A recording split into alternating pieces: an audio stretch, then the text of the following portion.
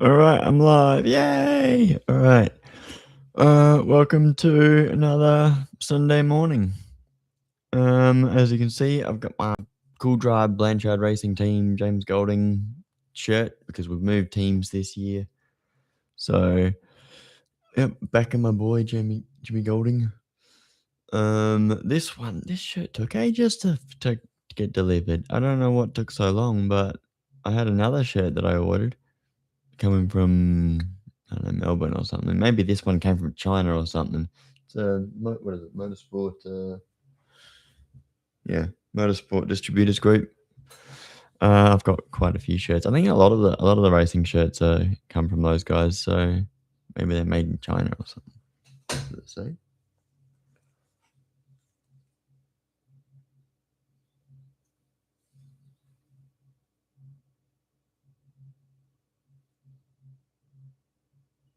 Doesn't say. Manufactured under license. All right. Yeah, I've got lots of shirts. You guys probably seen the Premiere shirt. I think I've had my Boost Mobile shirt on once. I've also got Wilson Security GRM. What else? I think that's all I got for. Oh, and then Irwin and DeWalt. From Team 18 days when Jimmy Golding was Frosty's co-driver, and then Scotty Pye's co-driver in 2021. And I wanted to get a Subway shirt when he came back, in the Subway car, but it didn't happen. Anyway, I was just editing a clip. I might post it tomorrow. I think it's an interesting clip, um, where we're talking about. Well, I was just looking up how much it costs to go racing in different categories in Australia, and we hear like the Scott Pies of the world. I want to bash Scott Pie, but I want to call him out on some of the stuff that he says when he talks about, oh, we need more racing, we need more rounds. Um, he's talking about, oh, we need more racing, we need more rounds. And Jackson Walls was on the Drivers Only podcast this week, and he was talking about how in supercars you go racing so much more often than in any other category. You look at like grassroots categories, they only got like 5 or 6 rounds a year. It's not a lot. You go to supercars, it's 12, 13 rounds. They're racing twice as often in supercars. Um, and it's all spread out across the year. And they're still complaining because for some reason people think a 25 plus million population country needs to be exactly the same as a 350 million plus population country in the United States. It's not. You cannot possibly compare Australia and America because they are two very different countries in terms of the scale of things. Um, I think I heard that Australia's motor racing industry is like a $9 billion industry. It's it's like it's a big bang for your buck industry in Australia, and I think they sort of screwed themselves over personally in terms of the engineering capabilities in Australia versus overseas. Well, not saying that overseas can't do stuff, but it's pretty impressive what we've got going on in Australia. It's actually pretty impressive what they got going on in New Zealand as well when you think of, um, yeah, it's just I think it's a ridiculous claim to make that Australia should be running 50 rounds a year or something, or they should be running every weekend. It's unaffordable.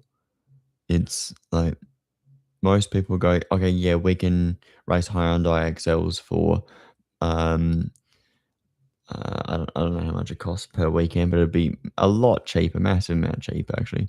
We can uh, we can look that up now. I'm not. I mean, I could ask a guy that I know who races XLs, Cameron Quinn. Does it cost to race Hyundai XLs in Australia?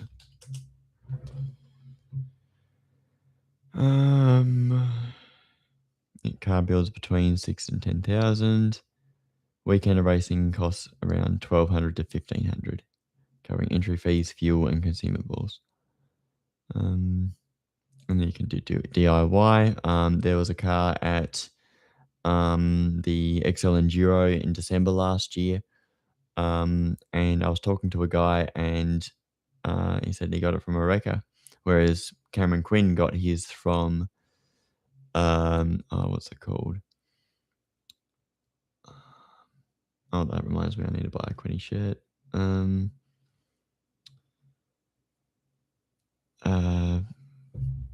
XL Race Garage, whatever they're calling it, whatever the thing's called. This guy's made a business out of building XL race cars, and see, there's people used race ready XLs commonly found on My 105 for 10,000 to over 20,000. So it's pretty expensive.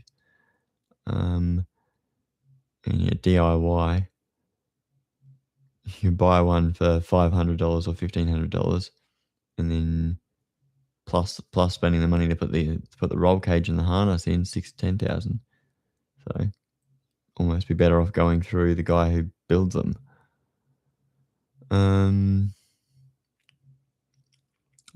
$500 per car per meeting, depending on the state series. And the state series that I go to is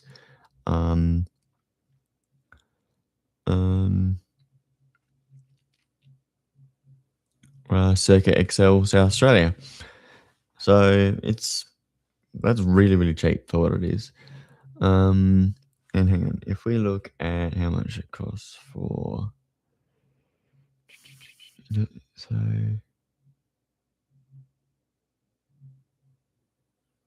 if we say at the most per time $1,500 times, what is it, 7 rounds this year, something like that, it costs you 10 grand to go racing in XLs, which is a lot cheaper than, well, it's only half the price of what we saw Dark Horse series is going to be doing. Oh, they're not calling it that now. They're calling it something else.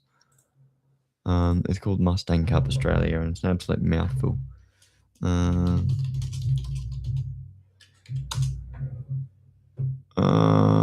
Mustang Cup Australia. Oh yeah, and Aaron Cameron, he got pole. Did he win? Yes, he did. Mustang Cup Australia photo finish. Rightio, very nice. And Cam McLeod's grabbed a seat as well. I wonder how you can watch it. Maybe Auto Action might tell us. Oh, is that Jimmy Golding in the other one? Real close. Yeah. So it was broadcast on? Not really. Can we...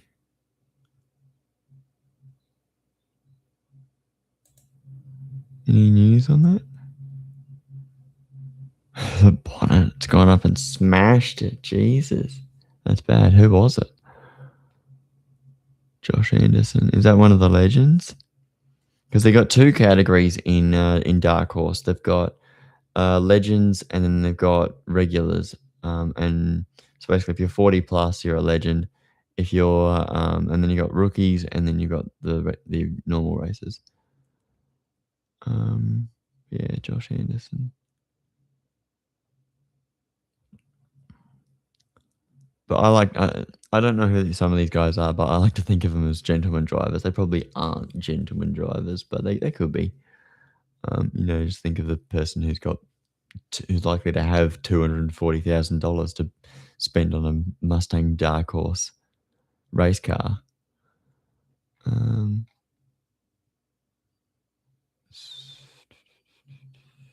No idea how you can watch it. Mustang Cup Australia.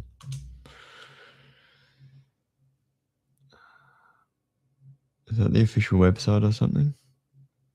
Oh, it's part of the Speed series. Okay. I think that's on. Yeah, Google knows what I like. Oh, it's on 7 Plus. All right, cool. We go Yeah, anyway, we're trying to talk about supercars, so, um, yeah, like Excels cost you 10.5 grand to race all year. Like a normal person could almost do that. Um, for me, I'm chucking a huge portion of my wage, or I think it's just under half, into the mortgage for this place, and then you got people who rent, but they don't pay insurance, and insurance costs quite a bit of money as well. Because I'm spending something like 300, or yeah, hang on, what is it? It's like 300 to $350 on insurance for the house. Um, so yeah, but then that's why you got $500 rents. So it's probably not your standard guy who's got a 50, $60,000 job. I mean, not 50. No one's on 50 anymore. 60 to $70,000 job. But yeah. Um, I watched a few races. I was just watching the 2004 series of V8 Supercars, and the number of incidents, um, where it seemed like no one got a penalty was pretty surprising. Because these days you've got pretty much every incident there's a penalty. There's a bit of play on, but I'd say almost every incident, if it's a although I think they have relaxed it. It's hard to say because I think maybe there is a bit of bumping and rubbing, and so I think last year with the new way they're approaching it, the notes that I took were, all right, this guy got bumped out of the way, but that's not a penalty. You don't get a penalty for bumping someone out of the way. It's if it's a blatant bump and run, like if you've bumped them, if you've hit them from behind and they've run wide and then you've come inside and taken their spot, that's a 5-second penalty. Um, or if you've come up the inside and you're not quite past the B pillar, you've tagged them, and um, what else? And obviously, if you spin them, that's a 15-second penalty. If you bump them from behind the B pillar and you're not and you don't spin them, but yeah, you hit them, and then they have to save the car, stop it from falling off the track. That's a 5-second penalty. It seems a lot more clear cut these days. But I think in 2004 it was interesting because it was like Jason Bright at Adelaide hit Warren Luff, and he didn't get a penalty, but his front guard started rubbing on his tire and smoking it up, and he had to pit. And he didn't get a penalty for that, and I think these days that would be a penalty, because he just bumped him out of the way. But maybe the context is Luffy hadn't taken his stop; he was out of place, being in front of Bridie. And then I think, and what was also surprising is how rare a safety car was.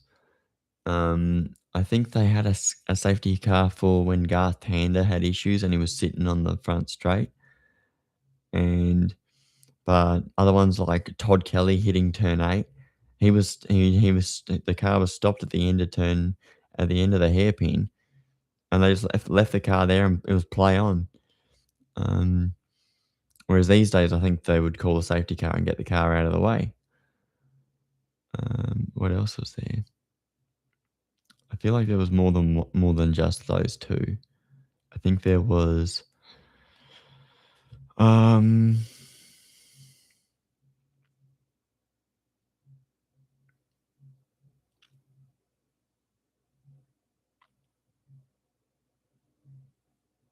I think it was just those two, but it was surprising because I'm like, well, that should be a safety car. And then the one with Garth Hand, I think that's what they did have one for. Oh, was it? No, it was Max Wilson. He was pulled up on the side of the road after turn 9. And I think that um, I don't think there was a safety car for that, but I'm not sure. But yeah, I think maybe that one was more of a precarious position because it was on the racing line. If it's off the racing line, then they just say, "Oh," because that's the way that the stewards and whoever was in charge, the race director, probably would have been Team Sheck in '04, maybe, um, deciding they don't want to do a lot of safety cars, and so they just weren't doing so many safety cars, and so it was play on like a lot of the time. No safety cars, just keep on racing, and people bumping into one another. And it was so interesting to hear what Garth Tander had to say in the second race after his car broke down. That he was like, "Oh,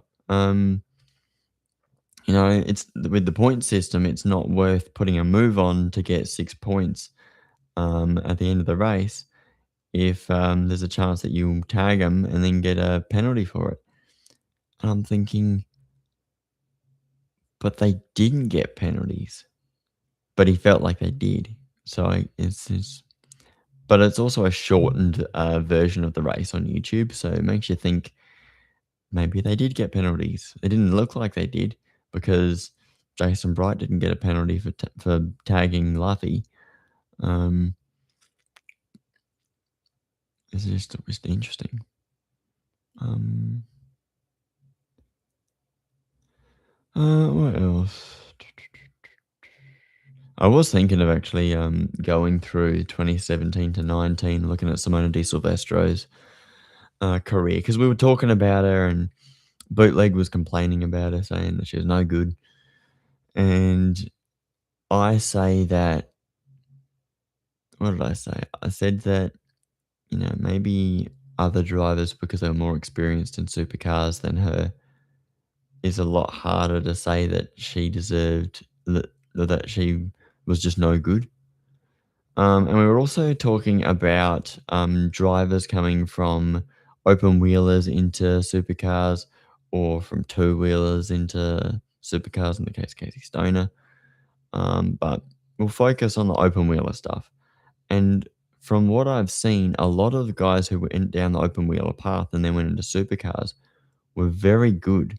Like, you think Zane Goddard, he came from open wheelers and then he jumps into Brad Jones Racing in their number 8 BJR Holden in 2018, and he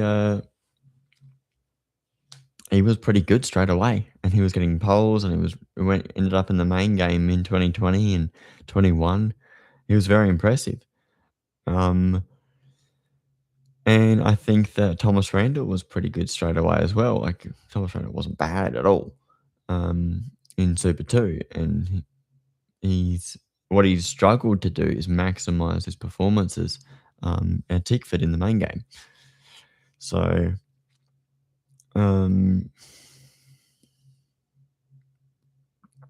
I think open wheeler drivers are typically better. They don't come into tin tops and go, "Oh, this is really different. This is difficult to drive." They work their way around it, and they're usually a lot more talented. Maybe because it's so hard to get into European open wheelers. Okay, let's look up Zane Goddard's career because I don't think I have that all worked out. What did Zane Goddard do? It really sucks that he says he's a former racing driver because Zane Goddard was really good. He's 26, like, he shouldn't be over already. He did Formula Renault. So 2017, there was actually quite a few guys. I think it's in Euro Cup. So he did British F4, 8th in the championship, won 4 races. That's pretty good.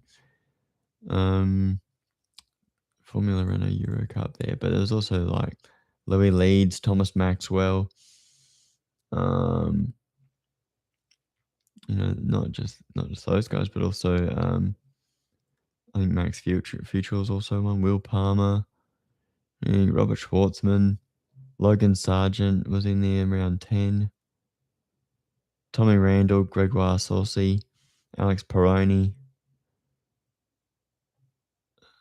Richard Vershaw, Jano Altmy, Dan Ticktum, Ghislaine Cordeal, and yeah, Zane Goddard. These are all like really, and I can't remember what race it was, but I watched one. I watched one of the races to get a clip of. I think it was for my super light video that I did back in 2021.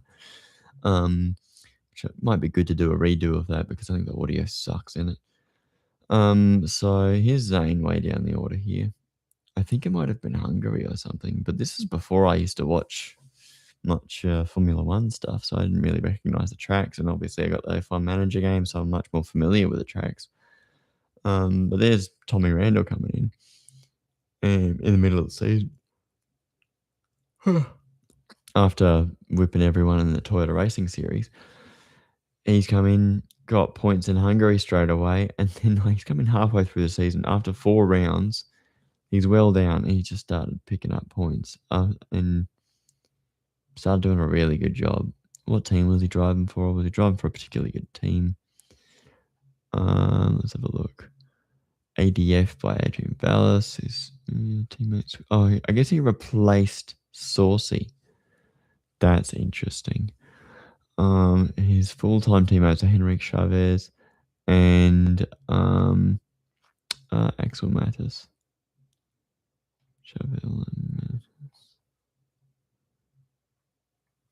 Chavez and so I guess we'll compare him to Chavez, which would probably be a good comparison. But like, it looks a lot like Randall was better. Randall came in and he was very good. Who was Goddard with? Goddard did the full season. And then he came back. Dan Ticktum.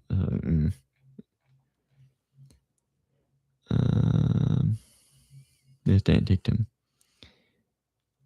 So yeah, Goddard's down there. Dan Ticktum as for a teammate. That's like, and I think Dan Ticktum, is he the one that is like the guy who would cause crashes and just be an absolute menace to society? I think it was him. And he was like a Red Bull driver, and then he got booted off the program. And he did the Macau Grand Prix as well. I think he won it. Might have been him. 2-year ban for intentionally crashing into a rival under safety car conditions. MSA formula. It's a weird thing. But yeah. I can't remember who did the video, but I think was it Josh Ravel maybe? He did a video on Dan Ticktum, just ripping into him, saying this guy is just a pest. Gabriel Aubrey, I feel like I've heard of that guy. Endurance Championship. Yeah. But yeah, Randall was very good in that team, and then like Goddard maybe struggled a bit more. And the thing that I think I've talked about this before, in open wheelers, and maybe just in teams in general, there are certain dynamics in play in teams where you can have one guy who's getting a bit of preferential treatment, and then you got the other guy like who's talented, but he's not getting equal treatment, so it looks like he's worse. And so that could have been the case for Zane Goddard, because I feel like Goddard was better in Super 2 than Randall was. I think Randall was, because he didn't win for a long time, but he did get podiums. You know, second at Perth, third at Sandown, and then 2019 he was capitalizing a lot more. I think Townsville was the one where he accelerated before the green flag and lost the race for that one. I think it was the second race there, and then they took it away. But then he won straight away and won another one at Bathurst. So he was Randall was pretty good, but looking like he's not even quite getting the top 10s. He started to get better towards the end of the year. And better 2019. And 2020 was a lot better and, yeah, dominated, but obviously driving an MW Nissan, so maybe he wouldn't have won in a Tickford Racing FGX Falcon. But, yeah, I am cold. I probably should have put an undershirt on or something. I might, I'll just drink my hot drink.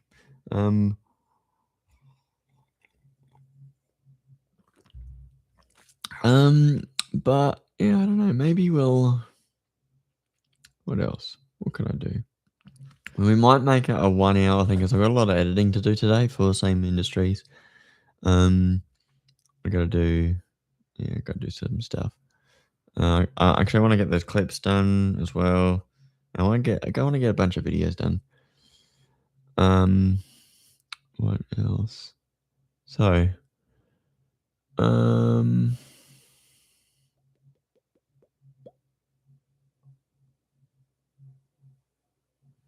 maybe we'll go through some data analysis of some kind.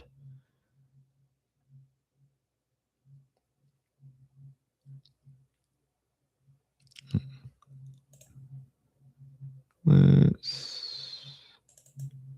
do we got?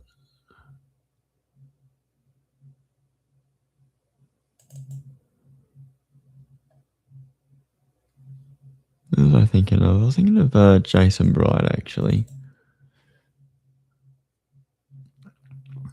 I think against Paul Wheel, and I think before 2009, it's difficult to say if a driver. I think it was the second race of Adelaide. You see Paul Wheel racing around fifth, and Bridie starts down the back because he had that puncture they had to put a new tyre on because of him crashing into Warren Luff. But then in the second race, he's just carved his way through the field. So I'll show all this. Whoops. Here we go. Oh, this is as far as I got. Okay. That's no wonder. His teammates with Paul Wheel though, but Wheel really struggle. He's just like qualified ninth at Phillip Island. No good against Bridie. Bridie was just really, really good. But in his HRT days, not so good. That's because I got all the info in 2000, because he's drove for DJ out of that one race. It is all the bad races at Stone Brothers. There's a pole there, pole there, pole there. Bridie was good. It's a pole at Darwin. That was the second to last round of the year in 98 as well. Like 98 was good racing to watch. Maybe we could watch a little bit of that.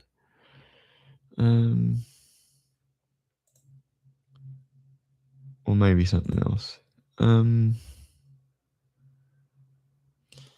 But I think, was it last weekend we had one of the guys from the Valve Bounce on, and it was Damo from the Valve Bounce.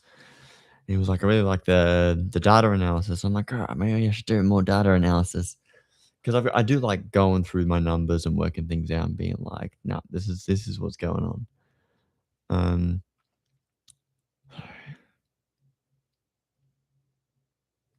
Because it'd be sort of boring if I go through it live, but I mean, there's not really anyone here to complain, so I could just do that and be chilling. It's supposed to be chill. I've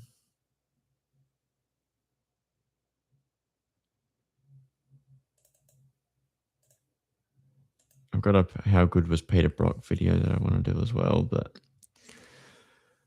Brocky's sort of hard to tell because he only drove for his own team for most of the time, and he rarely had teammates.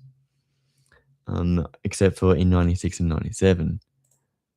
I don't know if I've even shown this one before, but I'll show it now.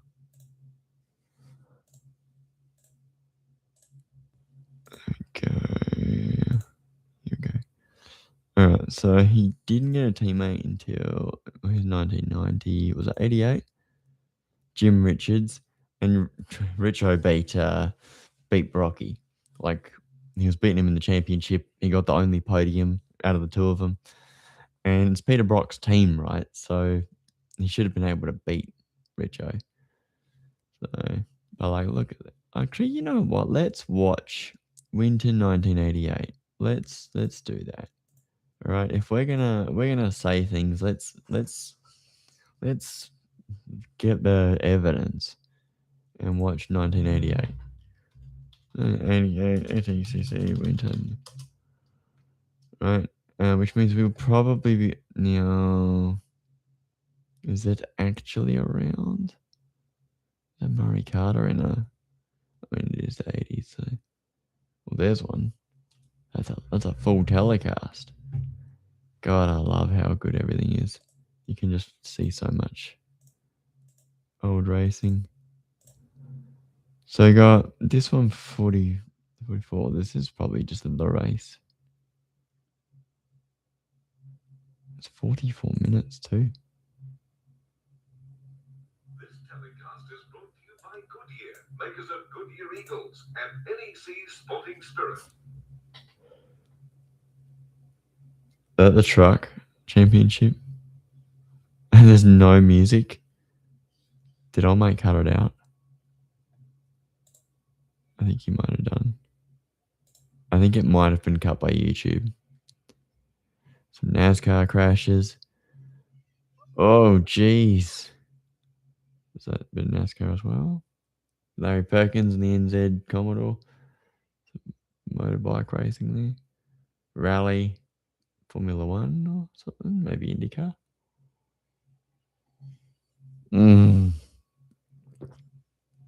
Look at the stacking. Oh my god. Off-road championship. And there we go. Music's back. Mike Raymond.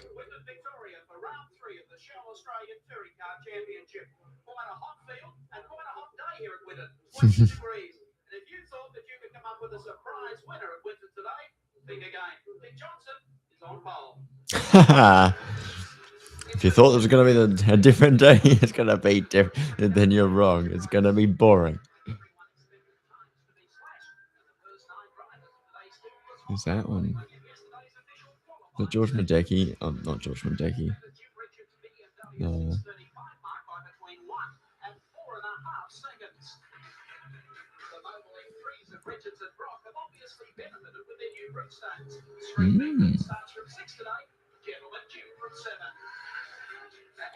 Maybe Jimmy gets him off the line. That could be it.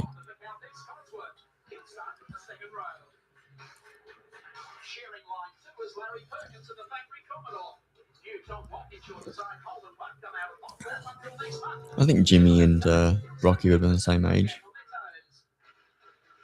Larry, 88. He didn't always do any. Was it what year was it? 89 that Larry didn't do? Might have been.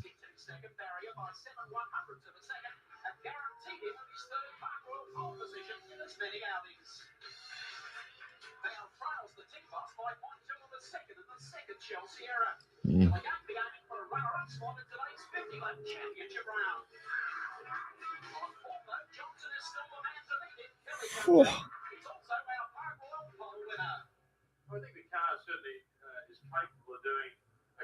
Park Royal Pulse. But certainly not those sort of times. And I think that goes for every competitor out there. In the NEC Car Star Series, Johnson tops the leaderboard on 27. Points after qualifying. Ashby 6 what?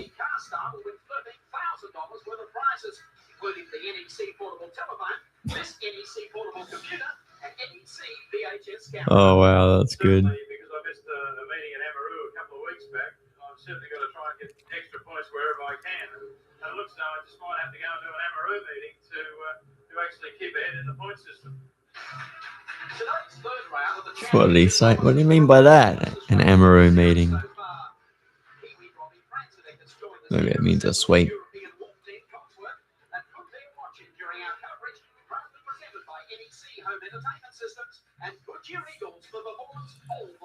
Does NEC still exist? because they were sponsoring in supercars in 2007 and 2008 on Rick Kelly's car. But they were on the HSV car, HSV dealer team. Love this era. Morning, mate. Yeah. I'm just watching this one because I want to see how Peter Brock and Jim Richards go in the BMWs, because apparently Jim Richards beat Brocky and we like to think Brocky was good. So we want to see what actually happened.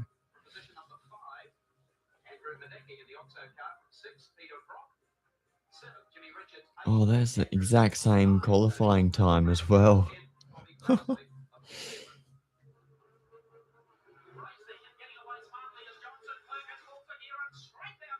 Wow, Dickie just nailed it.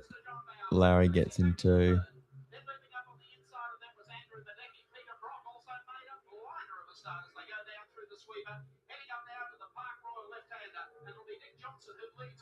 Oh, he's going off as well. Oh no.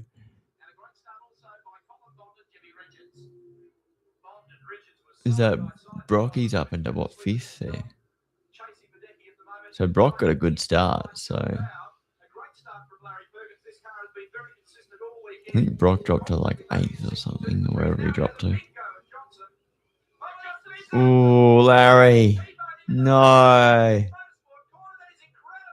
Is that?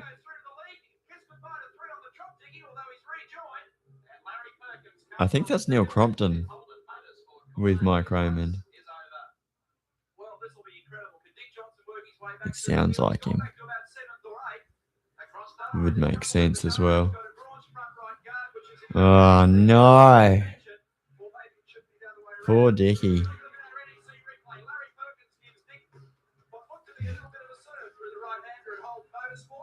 Yeah. Oh. Lucky no one else got caught up in it. So something must have happened to Brock then.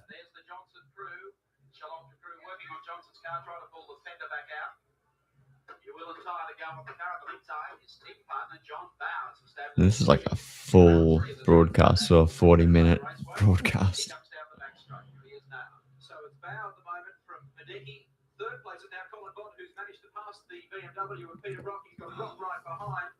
That's why you have 2 cars, so you can get the team win.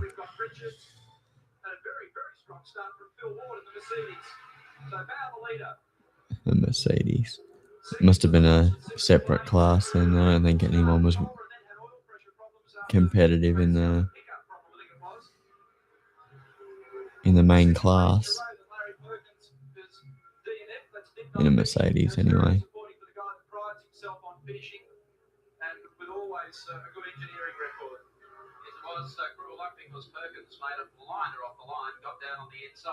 This is the real scrap for third. Colin Bond, the leader of the bunch, followed by Peter Brock and Jim Richards. Was that? Yeah, Jimmy's got right up close to Brocky there. But Colin Bond's got past him. BMWs just were not that good at that time. Is that? Hang on. No. There's someone else. Or are they? Well, they are. They've just got a different. They've got a white one on the front of Brocky's car, so that they know whose it is. Because he's got 05 there. And then I think Jim Richards is number 1 because he won in 87.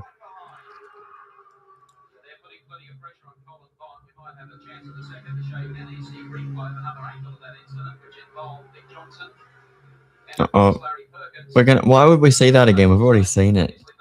Jimmy was so good in any car. Yeah. Well, the thing that is interesting about Jim Richards is that he ended up getting beaten by Scaife in the Nissans. So it made me think, well, maybe Jimmy wasn't as good, or maybe he was getting old, or for whatever reason, Scaife started beating him really regularly until Jimmy was way down, not getting good enough results in the VR Commodore in 95, so he retired.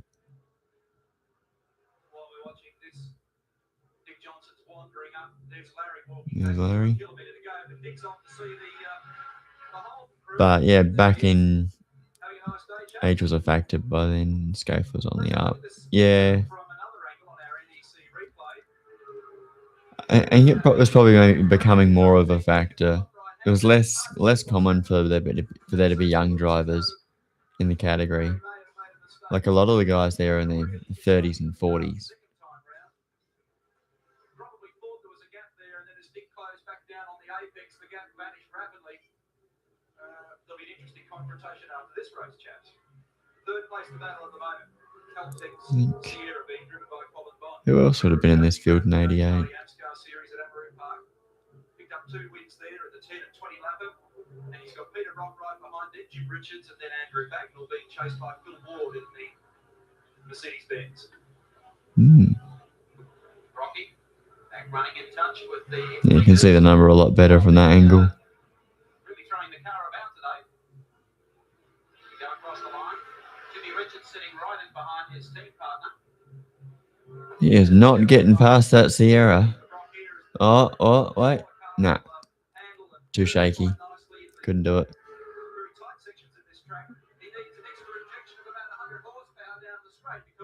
Or he needs to keep the car under control so he can get the move on.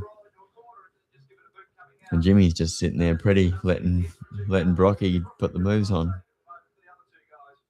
And Bondi's just putting it all in the right spots.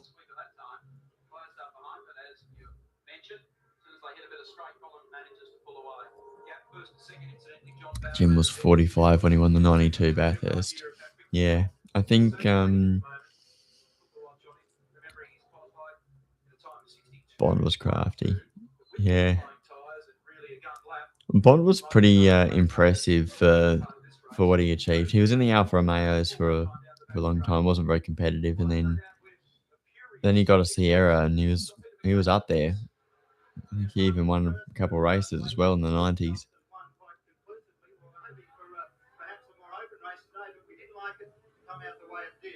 What exactly happened? What do you reckon, mate?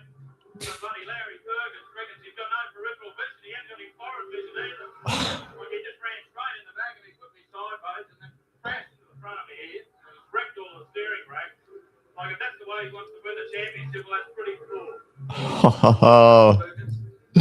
Still got a way to go, but the first car he'll walk past in pit road will be Nick Johnson's stranded number 17 car. Oh dear. Nick's ready to greet him. Oh, he might give him a serving too. Give him a serving of his own. Oh, Jimmy with a move on. Got him. No, hang on, that's Brocky. I thought it was Jimmy. So different to how the drivers behave now. Yeah. Although, hang on. I think on the Drivers Only podcast, they were talking about Zach Bates saying something about Cameron Hill. They got a bit of a rivalry between them. Zach Bates had a bit of a blow up about Cam Hill, and they had to cut out the swearing as well. So I don't know if that's on the It Got Spicy. Yeah, I haven't seen much of it, so I don't know if it was just him blowing up on the radio or if they went and said some words to one another.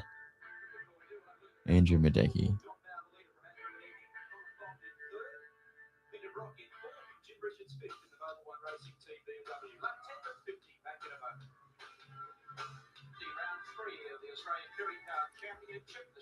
But obviously they had the banging into one another at QR. I think even you get a bit of it with Woody and Feeney these days.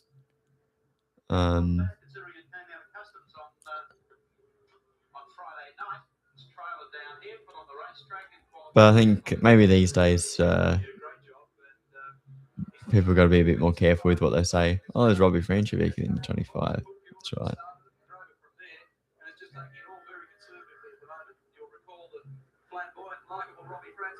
Seasons 85 and 6, the added spice, and the Touring Car Championship to his belt. Incidentally, only just got that place a moment ago from a very hard. They have to be restrained now on TV.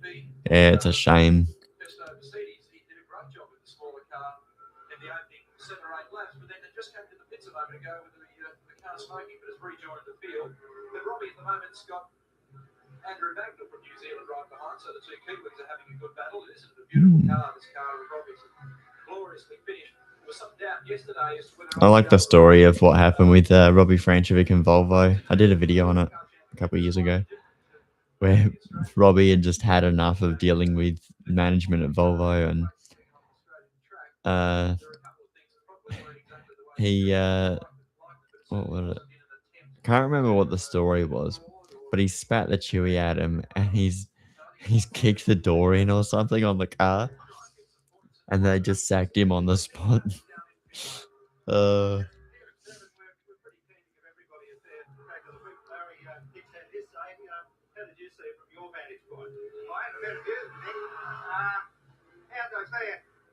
I think Lefty's left a gap on the inside, which first mistake either of them, unless you want someone to get there. I assure you. And I got to the gap, I should say, but really the gap wasn't wide enough, and resulted in Dick was starting to go sideways because I suppose a couple of tyres and full tank of juice, and we got a bit of a nudge at the same time. It didn't help him. And then he proceeded to have a sort of spin in front of him, midnight like off at the front of him, and unfortunately put Dick out because I suppose if you have to point blame, it was certainly my fault as such, and it's a pity that it's affected Dick, but all I can say is I've been both ends of the stick often, and so I think the first time I've walked so Dick was losing the rear end, and Larry's gone for a move, and Dick's tried to defend the line, or maybe just got caught out, and they got tangled, and that was the end of it.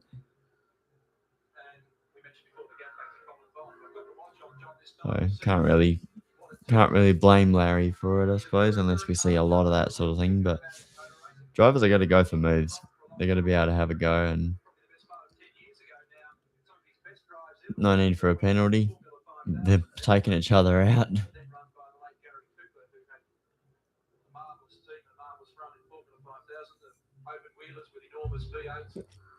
very quick. And whoever had any doubt about the ability of this man to punt a car hard, you should have seen him in those sorts of cars. And it was surprising that it took him a while to become involved in touring car racing. He was one of those fellas that for many years There's a VL there. the first Sunday of October in his lounge room watching the great race. I found out last weekend that I went to Malala for the first time, I'm pretty sure, and then I realised that when I was a kid, I went to Adelaide International, and that was probably the first racetrack I ever went to. Had a family friend brought a car up there and did a few laps in it, and got to sit in the grandstand and watch it. And I thought for many years, for 20 odd years, that was Malala, and then so I found out. I went to Malala, and I was like, wait, this isn't where what I thought it was. So these days not so much going on at Adelaide International, so that was really cool to go there, especially with it's a track that has a history in Australian touring cars. You can see footage of, I think, 1977, I think, Alan Moffat winning there. So it's good to know that I've ticked all the boxes now. I've been to all the South Australian asphalt circuits pretty much.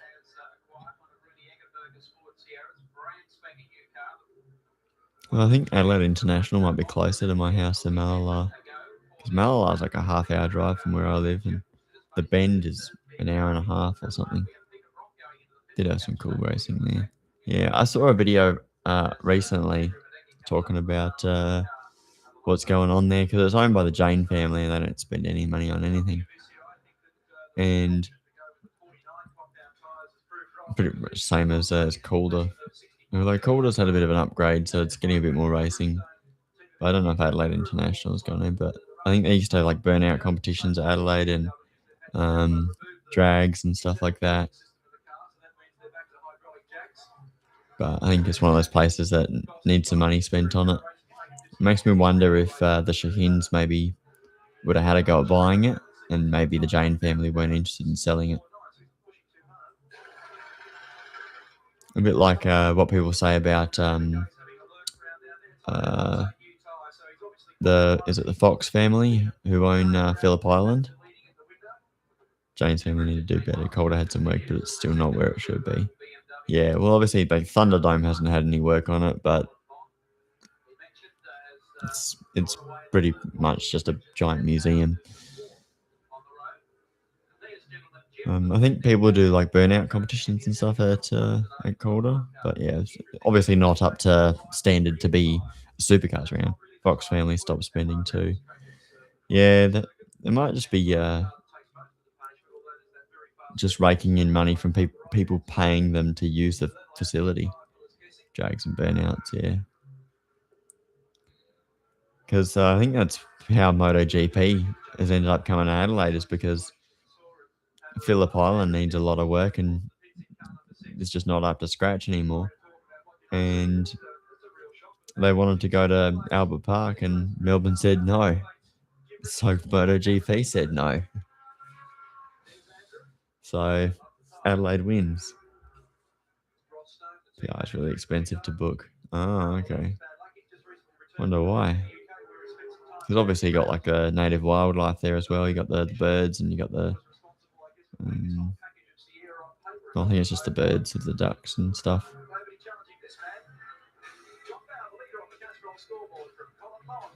Jim Richards. Oh, we missed. Oh, I think Brocky's got an issue. So Peter Brock is arguably better than Jim Richards. That's all I wanted to know.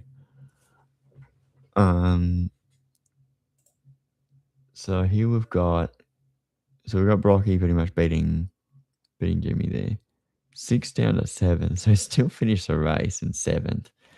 And Jimmy's ended up 3rd. But then you got so Jimmy out-qualified Brocky. Brocky out-raced Jimmy.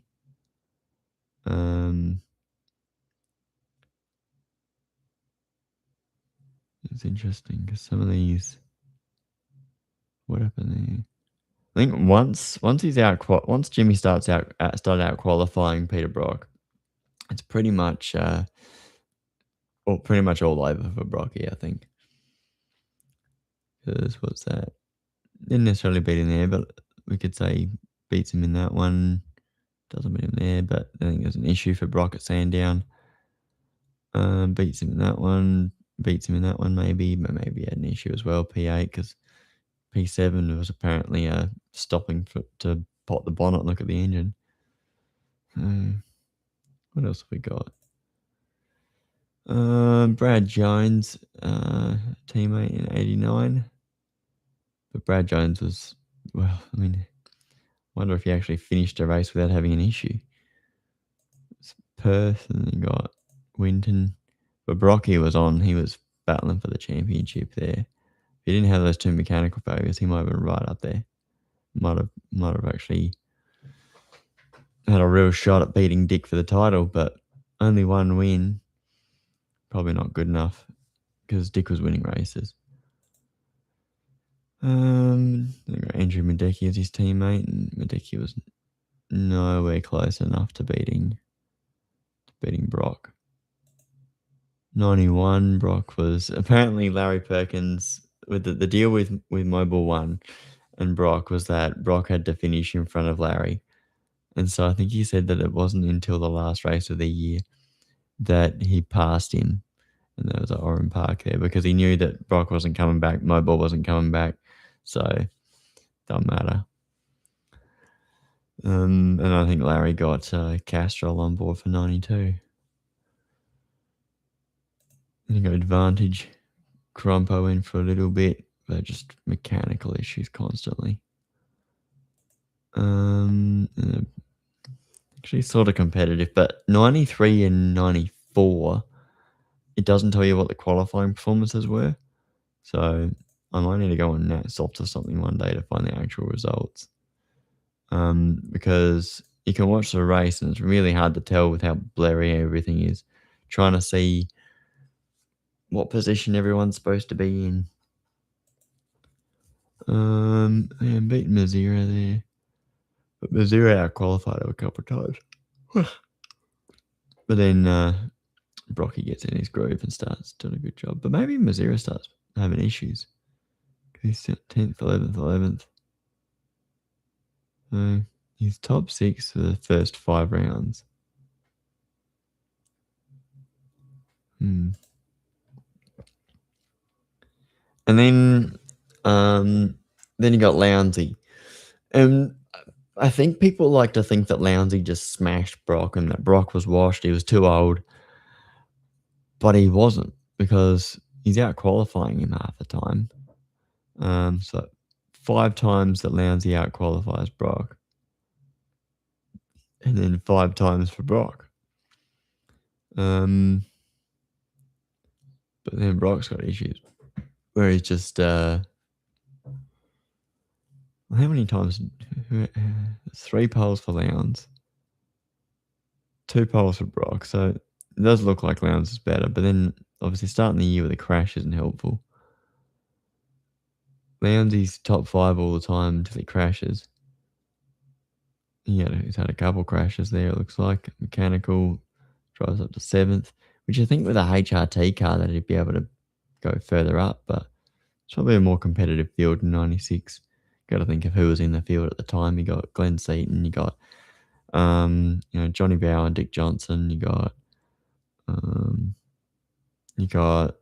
Scaife. I think it was Scaife's last full-time year in 96 for Gibson. And what else? Then you got pack leader with Alan Jones. Lowndes had the hype, but it was a little crashy. Yeah. But obviously Lowndes was very good. To come in with such raw talent and limited mileage as well, and just immediately, he was sensational for sure. And Brocky to still be in the mix, still pretty good. Like, smashed everyone in there at Oran Park in the last one. Get from pole, wins all the races. Makes you wonder why Lounsey couldn't beat him. Just wasn't good enough, I guess. Oh my god. Like, Brock's had quite a few crashes there as well, so maybe there was someone else who had, I think, actually a bit like Scaife. Scaife was crashing quite a bit in 2008 in his last year, so maybe it's just like that. But it depends how the crash happened. Maybe someone crashed into him rather than he did something stupid and crashed. Maybe we'll watch a bit of 96. We watched a bit of 88. Let's watch a bit of 96 if we can find it. 96. ATCC. What's around? Eastern Creek.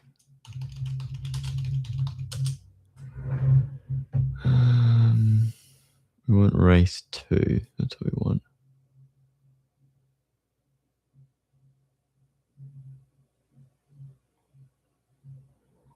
That channel looks like it might be good there. Down Under, Historical Motorsport Telecast Club.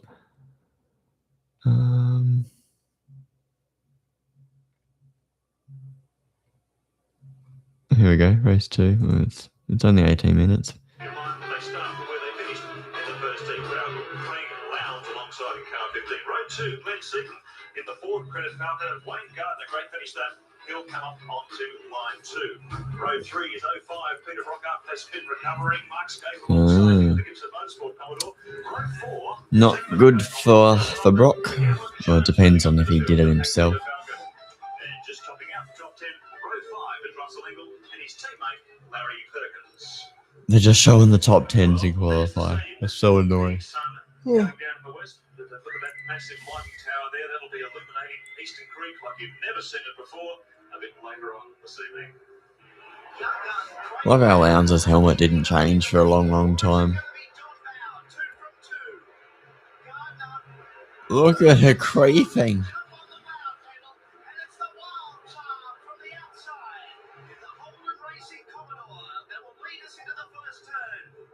I think Crompo is the. Oh, I said Gardner. Price attack is what Dillman and Mazzero. As long as like you couldn't get away with that these days. If you're still creeping forward when the lights change, that's a pit lane penalty, I think.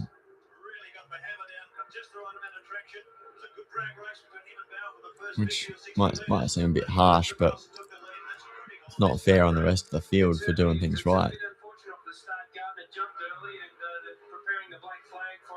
He was shaking his head as he stopped the start again, so he knew what he was doing wrong. But Lowndes has got it all in front of him here. Or was it? Did Gardner jump? I didn't see that. I was just watching Lowndes creeping forward.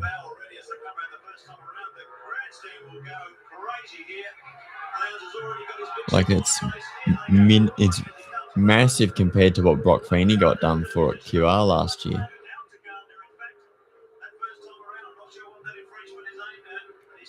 He's moving behind Craig. Oh, okay. I guarantee it's jumping the start. He just can't sneak up like that, and he knows what it is, so he'll just do the stop and go and get back to business. Great battle going on for the miners. Glenn Seaton leading the brigade. There is your race leader, Craig Lowndes. Whoa! And that's a hard hit. That's Brock. He's just gone off. Oh, he's got a friend.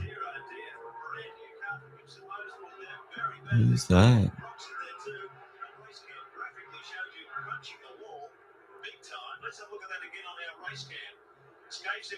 Go around the outside. Back through the gears, we can't really see Scaife.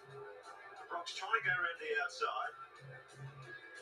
Working pretty hard at the wheel. Everything looks like it's in order here. Looks like he's going around Scaife there. Was that a contact there, Brad? Oh. I think Crutch looks like Scaife's sitting right on the side. Ah, Scaife. Brock is off. He's a passenger now. Jeez. Because the car was white. That's right. Yeah. Oh. Where's the harms device when you need it? My goodness. Straight to the chiropractor for that one.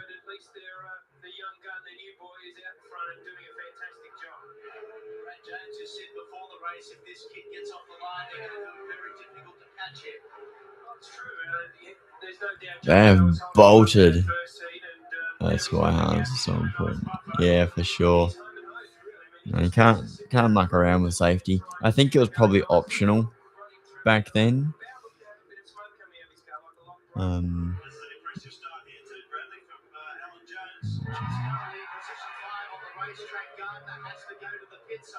the Ford fans all cheering Scafey or? Oh, that's Satan. Yeah, Scafey crashed out as well, didn't he? There's Crompo. A few years to go before it got introduced. What, in general or as a compulsory thing?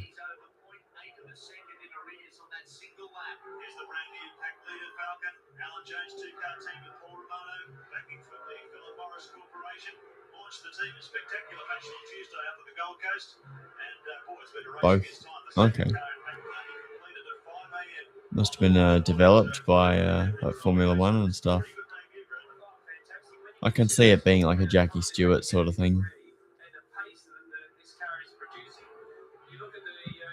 Don't know if he was much of an inventor though.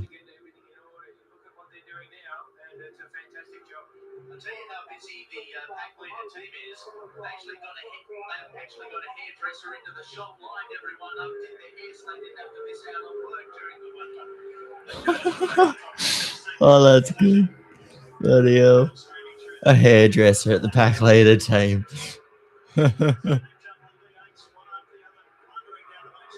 2005 compulsory. Okay.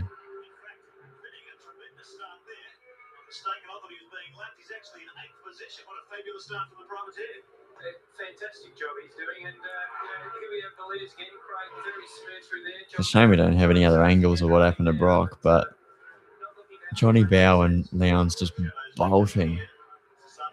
But I wonder if they're burning off their tyres doing that. There's Dicky.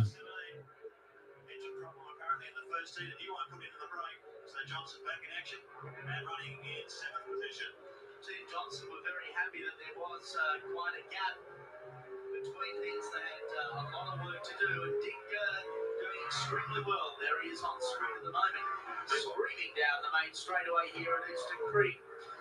His teammate at the moment, John Bow, still holding a gap 2.2 seconds that time around, so Lowndes opened up the lead just a 10. You can see the sun in the windscreen. Blinding. Is Dick have his sunglasses on? Well and truly in the shadows now. Brad Jones, that would be a lot of fun at high speed coming into the first corner, looking directly into the sun. Well, it's a tough corner in the best of days, especially not being able to see where you can go. Brad Steve Jones. Johnson's got sunglasses on, a few of the guys have got Yeah, he did say that. And it's a pretty tricky part of the circuit. He's one of the main players. The Ingle in the number 8. But-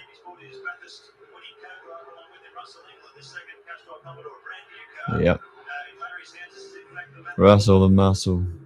Missed well down the order compared to Lowndes. Strategically in the first race, but he is doing a very good job. And as you said, it's a proven car. Larry's got the new one, and Russell's pedaling it very, very well. So is that the one that won Bathurst? And so Larry's just got a new one? Might be. That's cool. You know, didn't they have 2 cars in the pack leader team? Alan Jones and someone else, I guess. Glenn Seaton. Yeah, someone else. Maybe it was like Chucky Parsons or something. Oh, Stephen Richards. Off already.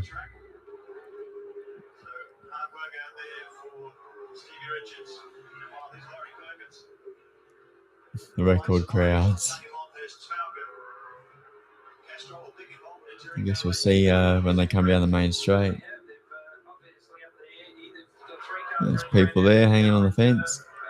Fairly close to being nose to tail, so they're just closing in on Finnegan there, who's doing a fantastic job. Oh, someone on the dirt, but you can see plenty of people on the grandstand, which you always can at Eastern Creek. Pretty tired when he finished that first heat. He may have overcooked it there. That's where Brock went off in the first heat as well. As Bow came out at the kitty litter, Team Boston Johnson went hovering by. I like the 98 livery better on the DJR cars than the 90. It will be 93 to 97. I'd say it's a fairly similar move to what happened to Brock in the first race. They came in there very quickly and probably just a touch too much rear brake. Isn't that VN? It was a VP, probably VP. Terry Finnegan.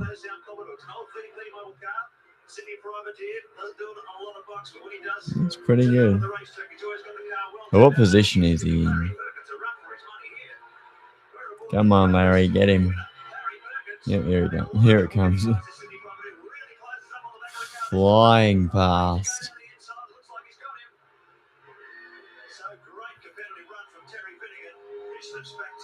And there's Longhurst coming up as well.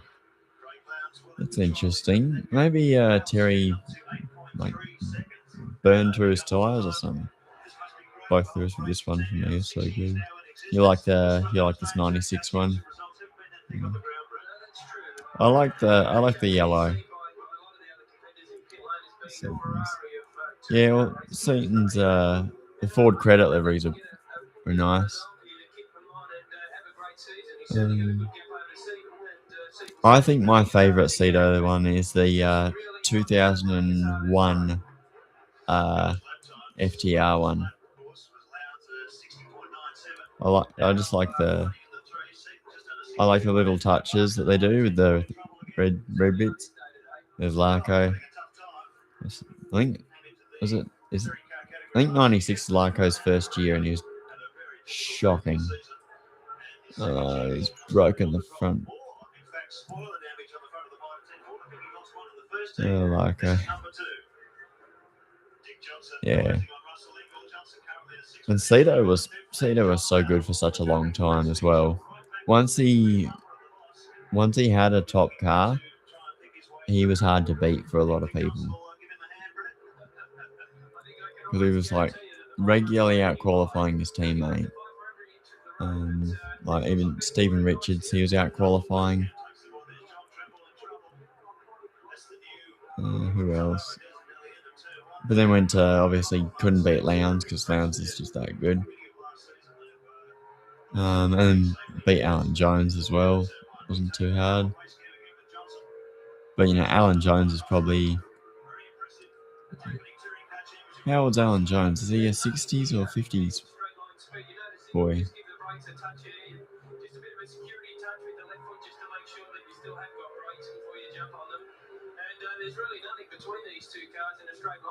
I think he was in his 40s when he was racing in the 90s. So, yeah, so I think he's a 50s boy.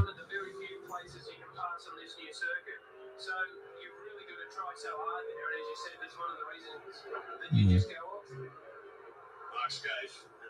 Oh, Scafey and Brocky having a chat. Someone doesn't do something about someone like him. There's still be something wrong with motorsport, you know? Oh, Scafey.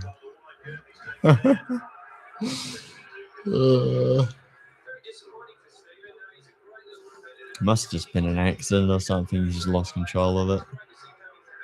What's going on there? There's heaps of people in the pits.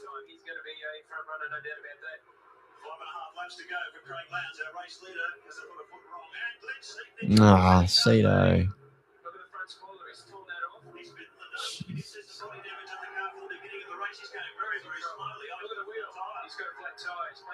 1946. All right, so basically the same age as Peter Brock. Because Brocky was 1944, 1945. I think it was 1945. So, yeah, basically the same age as Brock.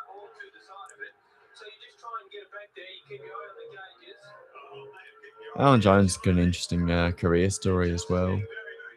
Just scrapping to get into cars, and then did a good enough performance, won the championship, and in was it Formula 2 or something, and then got picked. Finally jumps in for a couple of random teams, and then Frank Williams gives him a shot, and he wins races and wins the championship.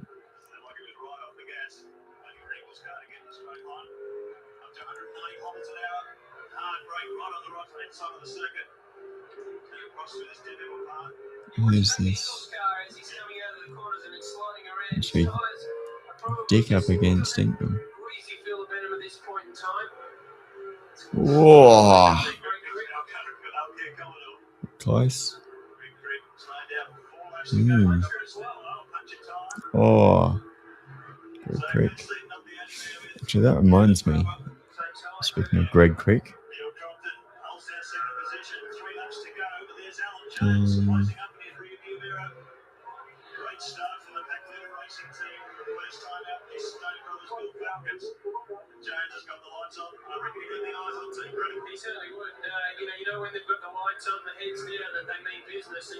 Crumpo.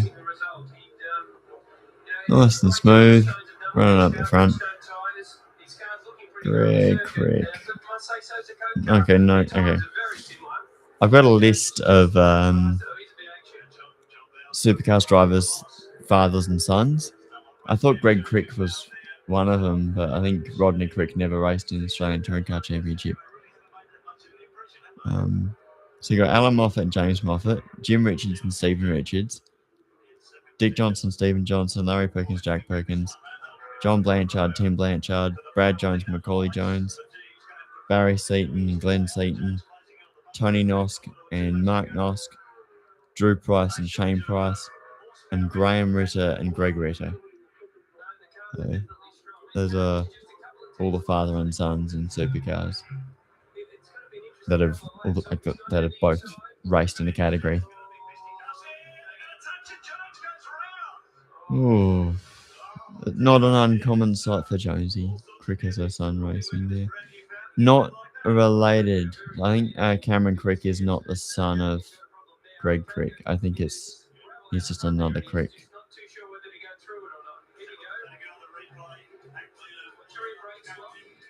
But Greg Crick might have a son racing, but not in supercars. So that's what my list is for, just for supercars and the Australian Touring Car Championship. And so I think it doesn't count for Bathurst either. So if they just did Bathurst, then it doesn't really count.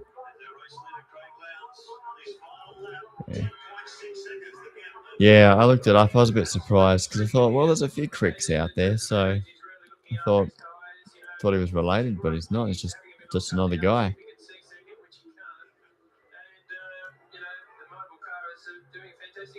said to me yesterday it was just so important for him to get out there and get consistent fast laps and winning motor races. And boy, this is a pretty good start to the season for Craig Lowndes. Russell Ingall will, of course, move up to third position after James Smith. Lights on. The cat's eyes almost. The red lenses. What happened to Bowie? Did he have an issue? Or? He's way back there. Lowndes is just fast.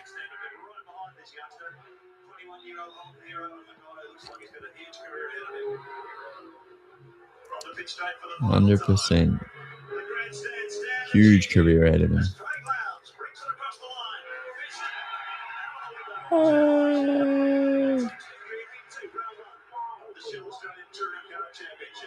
Man, people are loving that. Crompo second. Wow. But sometimes it's because somebody fell off, and that's why the other people got positions. First is Rodney Crick who raced trucks. Yeah. Okay.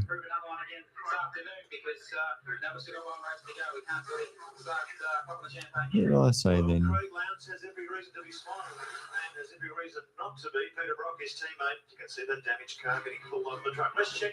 Yeah, so none. It's just one Crick who raced in supercars and Australian Touring Car Championship, and it's Greg Crick. But I think Rodney Crick might have done a couple Bathursts, and obviously Cameron Crick has done a few races as well, but not related to Greg Crick, so I'll make it in my list.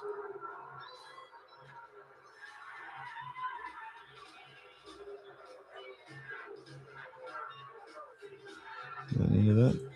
That is the end of that. It might have been a bit loud. I don't know. There's Brocky. Happy as days. What else are we going to do?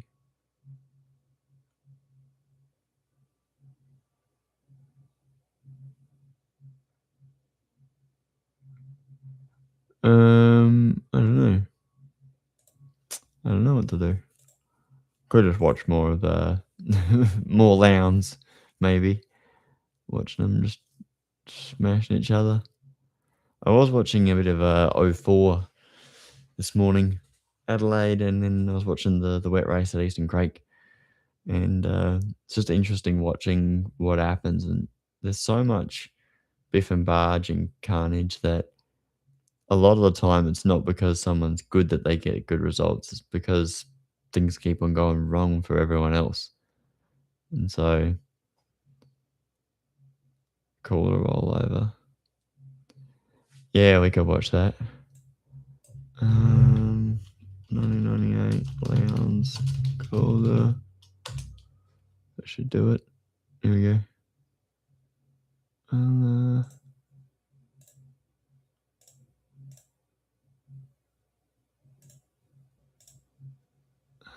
Which one? They're both kind of the same. Oh, well, one of them is the actual. Yeah, I'll just watch the flashback one. Yeah. It's an interesting one because he moved over. Ah.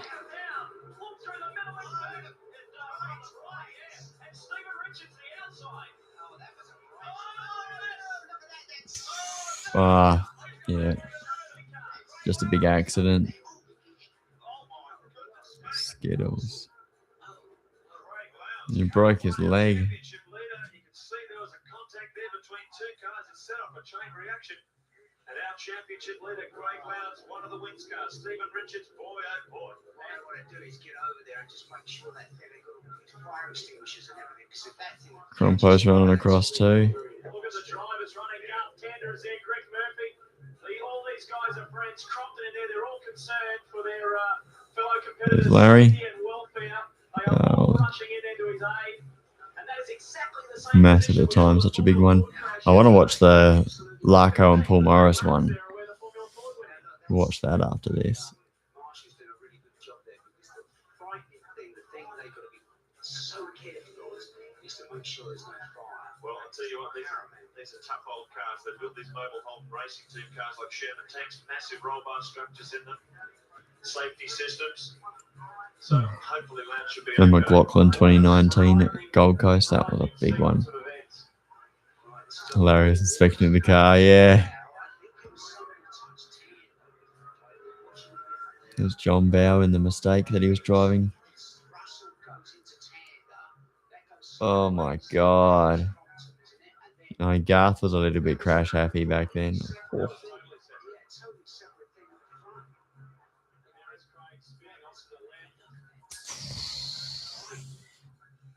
it is from the top angle. You see Craig is down there on the left. That's the touch there. That's the touch where. That's Stephen Richards. The tyres grip up and boom, over he goes.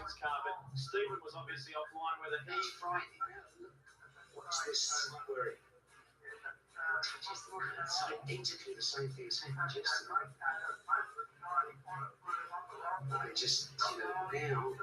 That car has left the track at close to 200 kilometres an hour, you would say.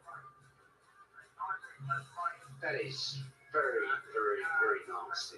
We just keep our fingers crossed that Craig's all right. Well, these cars are built extremely strong, and they are very, very well put together. This was a brand new race car. Yeah, that's right. Now you see the touch there was from Stephen Richards. I thought it was Carlton, Stephen Richards. And you got Crompo in the other FTR car. Craig's car pick up. And he just gets out and runs. Must have seen Lowndes flipping over. God, gee, I hope he's alright.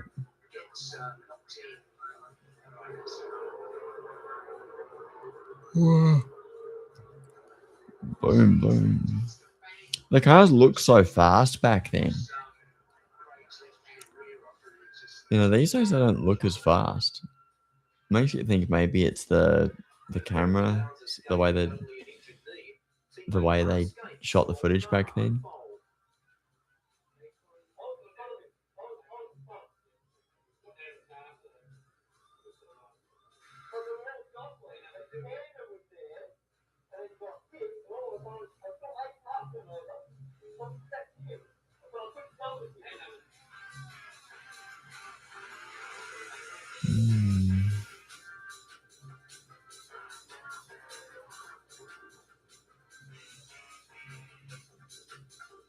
Could be the cameras, I think. Yeah, just like the capture rate, whatever you want to call it.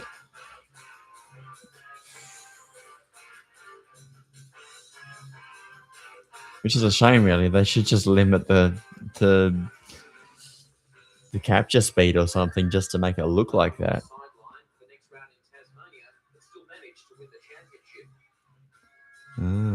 This is like a retro thing.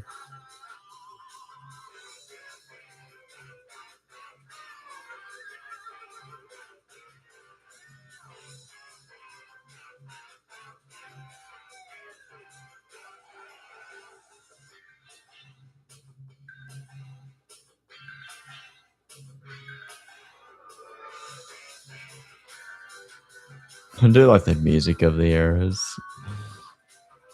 It's just good to listen to. Need that in F1 now, they're a joke. Need like slower camera speed to make F1 look fast. Yeah, I watched qualifying at Japan, and it looked alright to me, but I'm not really paying a lot of attention to what's going on in F1 But I don't have KO at the moment, so I'm not watching the races back or anything. So it looks fine when I watch the highlights and the clips that they put on YouTube. I don't notice anything like it's not dramatically slow or anything. I don't think. Formula One is actually surprisingly quiet compared to what is it? Supercars. I think Formula 3 at the Australian Grand Prix in 2023 were like the two loudest categories. Everything else wasn't as loud, and Formula One was surprisingly quiet. Because it just sounds like it does on TV, and you just go, well, they're not even making big howling noises or anything. So, but I wanted to watch the Lyco crash. 999, Larkham Morris, Oran Park.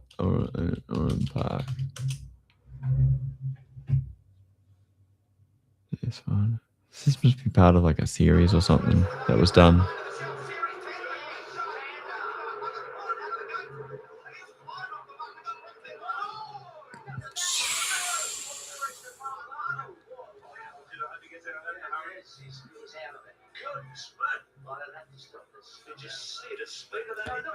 And that Morris car has actually been restored. I think it's not Lowndes' car from '96. It's something else that was restored. Or hang on, was it 98? Ran out of battery, so they go slow on the second runs. 130R is not exciting anymore. Yeah, I hear that, like, but I don't see it. And to me, if you don't see it, it doesn't look. Then it's not as bad. It's just like knowing those details isn't really helpful. But yeah, this one was like really bad, and Morris, he broke his back in that one. I think broke some bits. Was it broke bits in his spine or something like that? It was really bad, and the car was a total write-off. Both cars, I think, were a total write-off. Maybe Lyco's was a bit more repairable, but nasty crash. What was impressive was that I think it was the next weekend out, Lyco got his first win, his only win at Calder Park. Uh,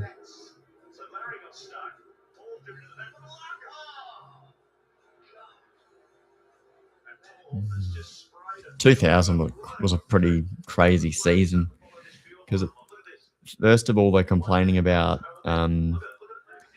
the aero on the cars, and so like, oh, the AUs haven't got they're aero deficient compared to the Commodores, so they wanted all these changes to be made, so everyone's getting out the hacksaws at Darwin to modify the spoilers, and then basically all the AUs got to they got to put Commodore spoilers on the front.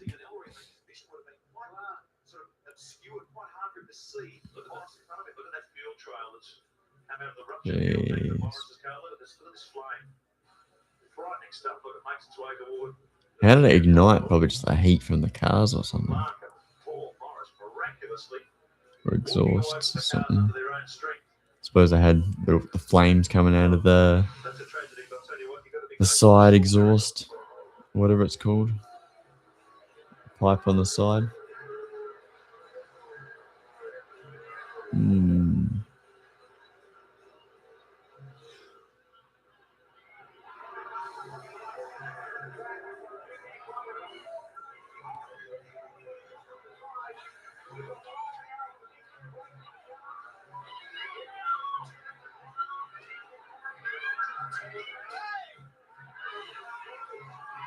But I think maybe the one that was a lot more like, look how long Paul was trapped in his car. Oh, his back is stuffed. Look at him. Oh my god.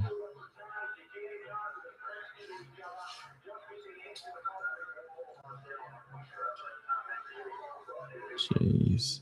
Both Mark Larkham and Paul Morris were taken to hospital by helicopter. Thankfully, neither. But in terms of fire damage, it'd be nothing compared to what happened to Carl Reindler in 2011. Because like that one was like, it was a much bigger explosion. Probably because it was a direct hit on the fuel tank or something. Because it actually blew up the car.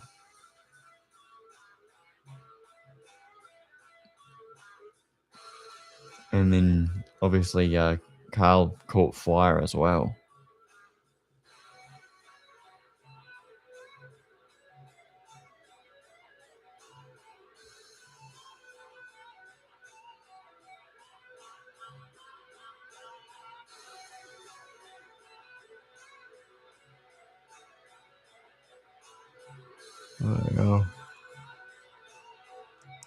Flames going towards the big cab car as well. He's probably seen the car going, bloody hell am I sore. And then the car catches fire. And he goes, oh crap, I gotta get out. Once he realizes. Oh, this will be good.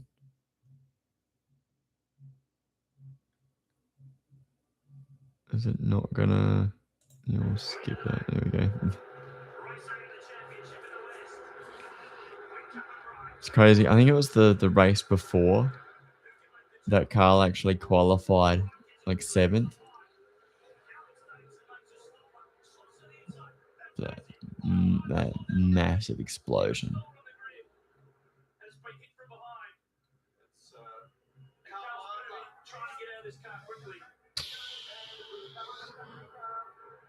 And it makes me wonder that, because it was his second year in the sport, obviously driving the 3rd BJR car. Jesus Christ, that's scary to look at. Like, that he was still on fire and you can't even quite see it, but he feels like he's on fire. So just the burns on him. Oh, it's nasty. Motor racing is dangerous. But, you know, they're a bit slow to react. I think it's just a bit of safety. You gotta wait for all the cars to go and then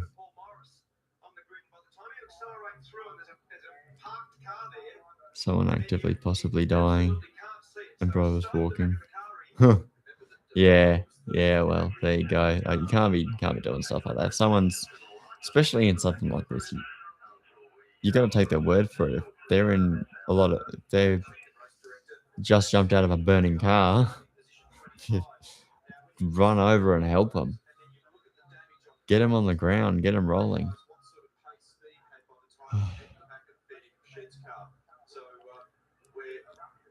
Obviously in a race stop situation because of the damage and the danger here. We're going to have a look at a replay to try and unravel what's going on. Look back at the pack. Carl stopped. Volunteers, they can't be too critical. Yeah, that's true. No, because it could just be you or me, motorsport fans, going to help out the track. Something's a big crash and someone's on fire. You're like, Jesus Christ, you'd be caught out. You're looking pretty stupid for half a second. But, you know, you'd have more experienced people, like maybe people who've done it longer or actual proper fire marshals, and they'd be on it straight away. But I think they had that fire truck just behind him as well. Steve Owen looks worse at that start. His car is surrounded by fire. Yeah. It's just erupted in both those cars, so a mess. But more importantly, the drivers are out of the car. I can see that Carl Reindler's being worked on by Dr. Carl Lee and the medic. I think the fire was on the front of the car, right? So the flames maybe weren't getting into him quite as quickly. Distressed at trying to get out of there because of the amount of flame around that there is going into the back of the ambulance. And the crowd, a fantastic reaction. Got a great job now, medical car F1. Yeah. Off the track. Oh, and he was on what's it called? On Apex Hunters as well, talking about F1. So that'd be good to hear what he has to say. So scary watching this live and watching Ryan roll around because of the burns. Yeah, I said that before, but just like because you can't even see the. It's like he's not on fire anymore, but it freaking burns and it hurts like hell. Oh. 2000, and just to reflect, I mean, same thing. You're sitting down low in the car, following the car in front of you. You've got no idea. Whilst we see it in our camera vision, you've got no idea that there's a stationary car up ahead. I would guess at that speed, probably somewhere between 120 and 150 kilometres an hour at the point of impact. And there's really not much you can do about it. It does say the next generation of car that will put the fuel cell further forward is a great concept. Yeah, looking at Ryan's car, but I can't see Owen's car. Wow. Well, it's all around the car. It's not necessarily in there. Whereas Ryan's car was like opened up because of the crash.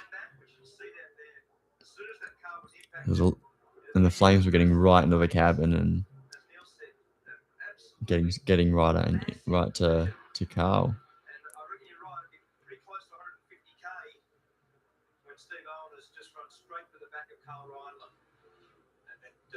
Spare a thought for Steve Owen because the impact to him and the bite that you get from the seatbelts at that point of impact is really significant. Yeah, we really saw as well. You know, winded, it'll hurt. Look at this is what I was talking about before. You've got the fuel collector, you've got fuel pumps high, low pressure in there. Very often the battery's low and random sidetrack. So you've obviously got fuel and ignition sources separated under normal conditions. Scorecard Classics thing they're doing. Supercars. No? Is that today or? Yeah, you've got to really commend these. You've got to commend these crews. What's that about? You know, the fireys we see here all year. This is when they come into their own. Where can we see that? Is it on the website? Just to make sure that everything is okay. Or is it on YouTube? I so it says it's coming soon. Right.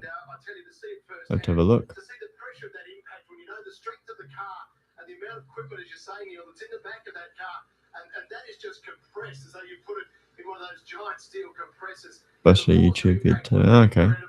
It was great to see Carl Rindley get up. Scoreboard Classics. He's in the best possible medical care. Dr. Carl, of course, or Scorecard Classics. Specialists in the country, and the fact that Carl is up and about and moving is great. It might just be like a moments series, maybe.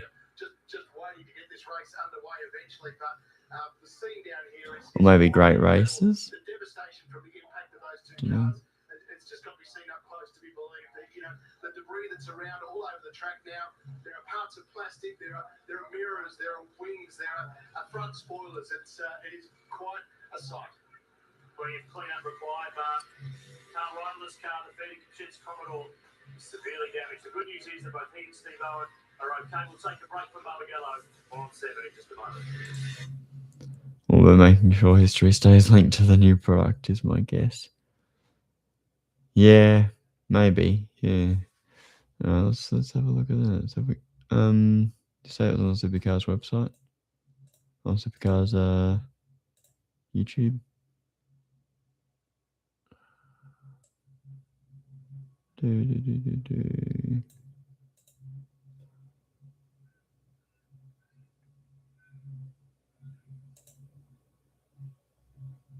On YouTube. Posted a lot of races on shorts. A new era of Supercars Classics is just around the corner. Okay. Hold your breath, Australia!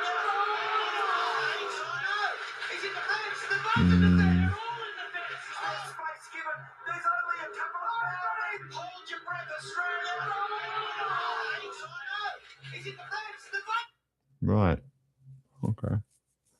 Yeah, that's like a 5-second clip. I reckon it's just like archives or motorsport classics. It's all that sort of thing. I don't know. Probably something you got to pay for as well. Maybe some if they've got the YouTube logo there. So don't know. Just sort of they're uploading 2016 forwards to YouTube. If they upload 2008 to 2010, that'd be good. Because we got Motorsport Direct posting a whole lot of more recent stuff. They could just let that stuff be there and post some of those races like 08, 09, 10. Big rolls. Fabian's Bathurst one. Yeah, I remember seeing that one. That was a big one. 2010 Bathurst Corfa rollover. And then he had another one at Pukekohe as well. Honestly, if they do like a $5 a month subscription for all their archives for races and stuff, it could be worth it. Could be. I think it was too expensive, the one they have on the website.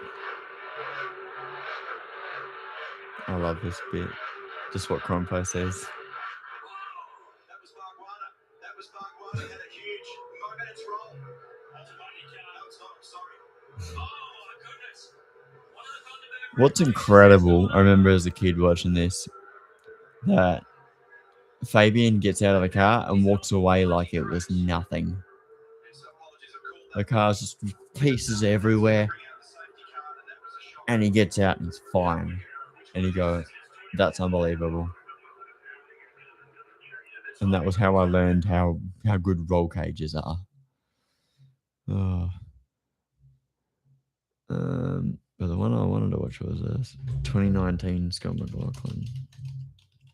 Actually, McLaughlin just had a crash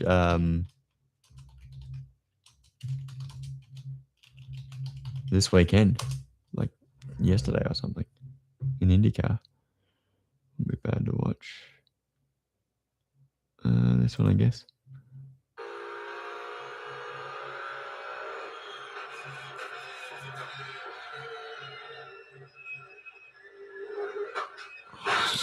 It's such a weird one because like anyone could have had that crash.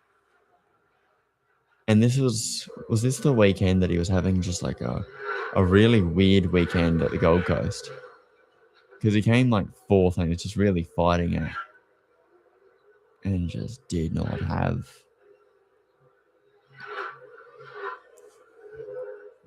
Wasn't having a good time, and he's got out and had a concussion as well.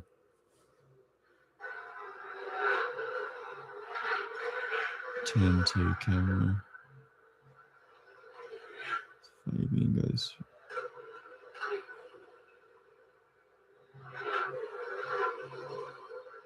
It's already gone through and crashed. Didn't even see it really.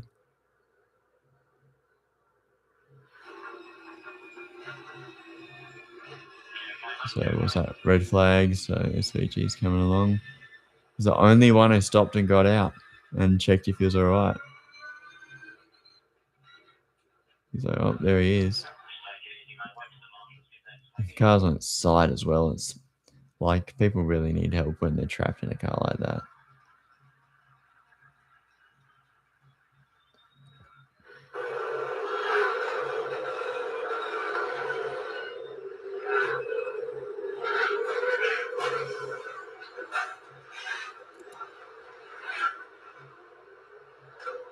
Hard to know where to look with all three of those angles at once.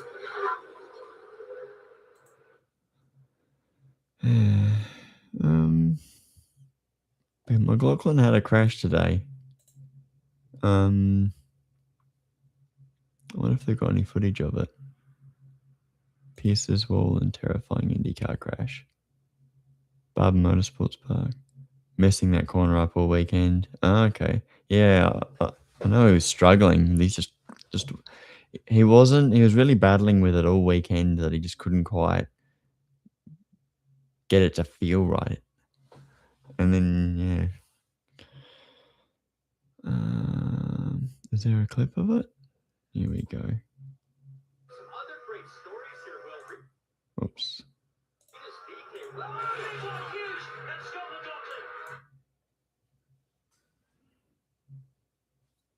They're gonna.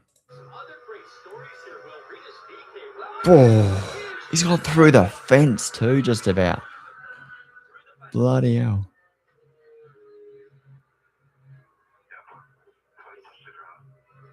He's alright. He looks like he's moving. He's fine. Just like. It's a crap fence. If it's like that. That's a horrible incident. That's horrible.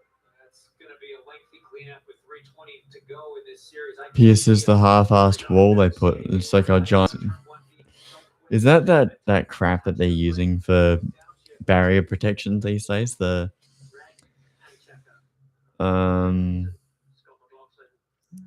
what is it called? Tech Pro? The Tech Pro barriers? I reckon it is. I can't see if anyone's saying anything.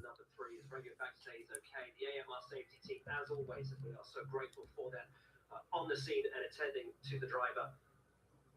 They really are an incredible group, and we are grateful to have them at every racetrack with us. So interesting to see the car penetrate through the tire stack, punch through the bottom of the chain link.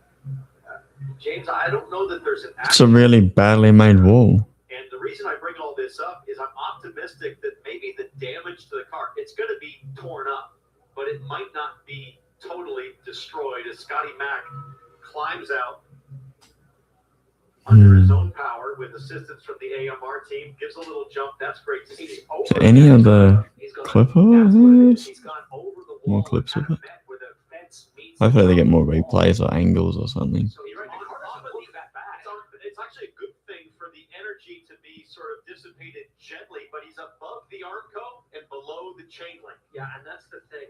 Yeah, I think maybe he was bouncing. A better shot of that as to whether the fencing comes all the way down or whether it starts a little higher. But he seems to have penetrated precisely where that tie there's the Armco. Weird. And he seems to have penetrated It's just precisely rubbish. It's just a rubbish fence situation they got going on there. The tires did nothing. Oh, he's just lost it. Is he bouncing or? Yeah.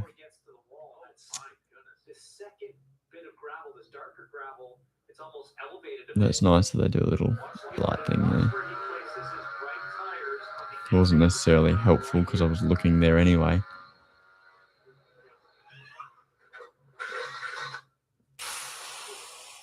the camera cut off because it was sheared off the top of the bull bar, I think, by that retention cable. Oh. That's got to be 150 mile an hour impact into the tire stack. Certainly 150 mile return in. I think they're more like 170. Well, this is a good angle.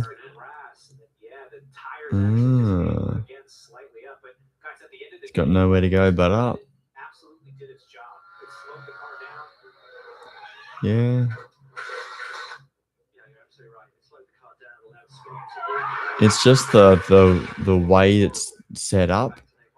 That fence should probably be closer in. Maybe.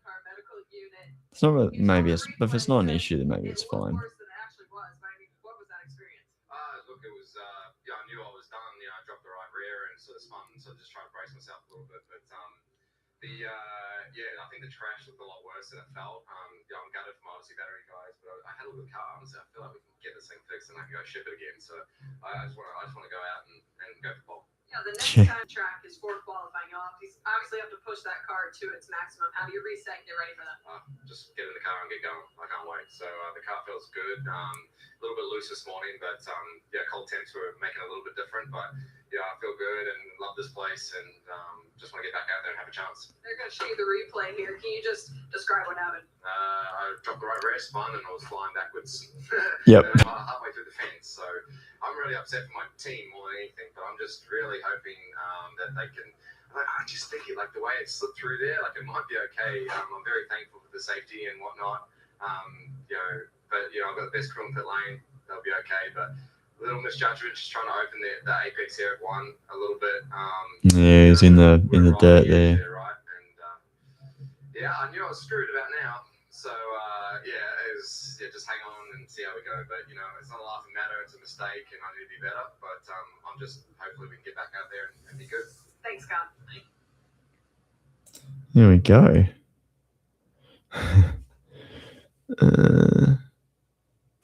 The spring flew up on someone's balcony. It's nuts. Yeah, that was the crazy story about the Gold Coast crash.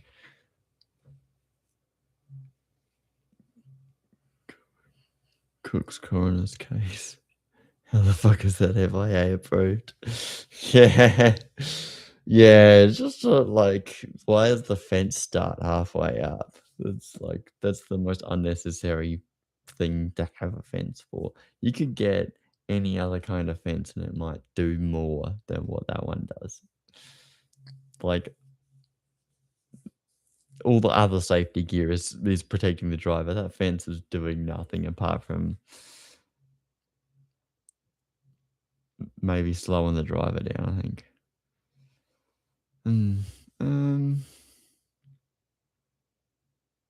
Yeah, that was a weird one. What else? I don't know.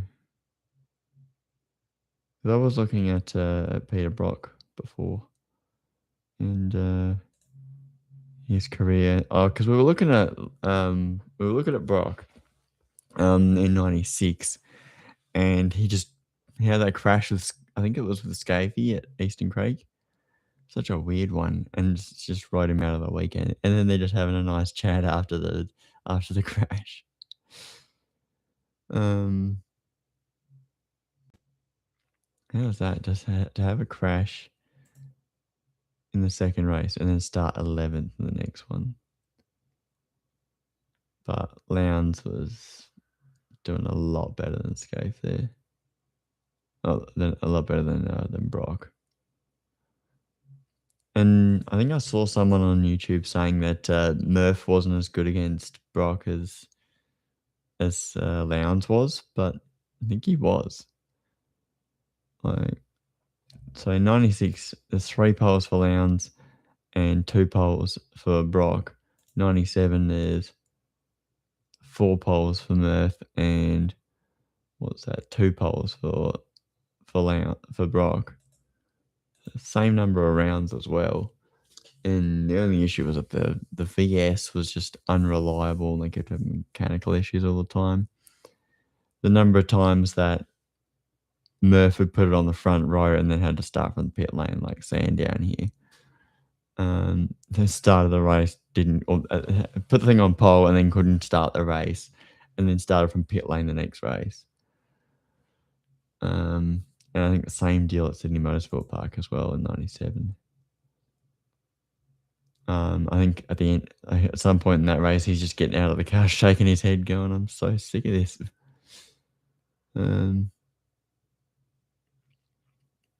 What else? But we say that this was a changing time for the sport as well. You got the young guys coming through, taking over from the old guys.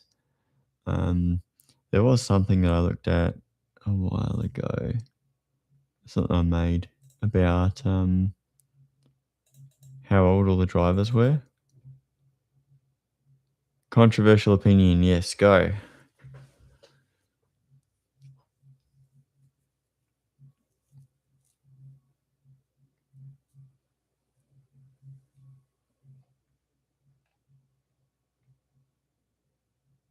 Supercars area is just blasphemy. Okay. You gotta say it, yeah.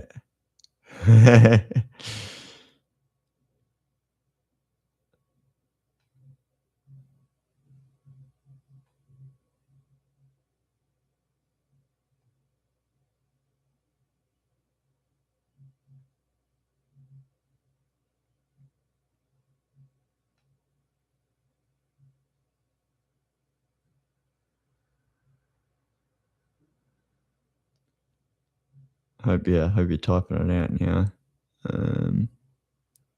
Think Brock is a legend, but I don't think he's great. I feel like his legendary status clouds people's perceptions of legend and greatness. I think you might be wrong. don't think he's great. Because you're gonna have to explain it.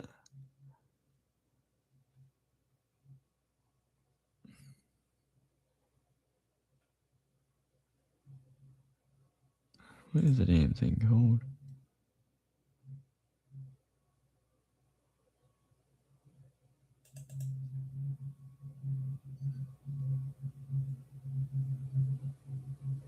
He was cooking in an era when the money was disproportionately skewed. The rules made no sense.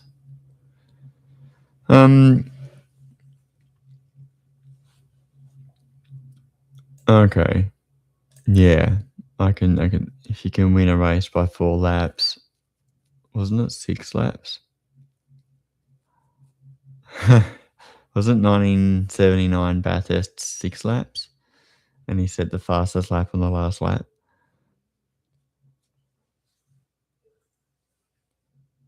Yeah, no one's that much better. But it was entirely just the reliability of the cars at the time, and the gaps between teams that HDT was that much better, and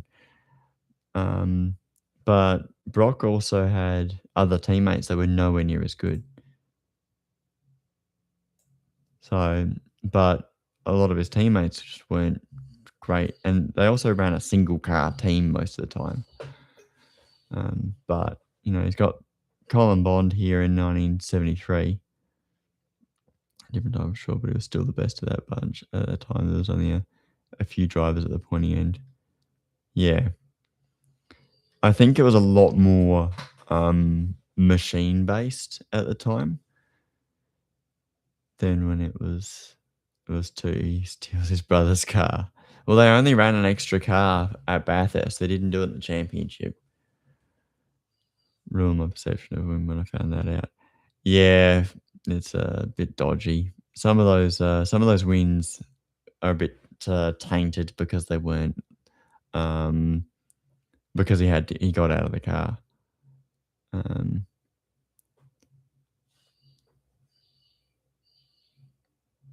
We'll then have that. Yeah. Car swap was a tough one, but it was the rules. Which one? There was like a couple of them that.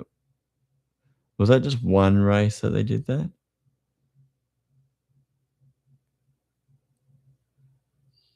Second got out of, I don't know the name of the series at the time, but when it came like Supercars-ish,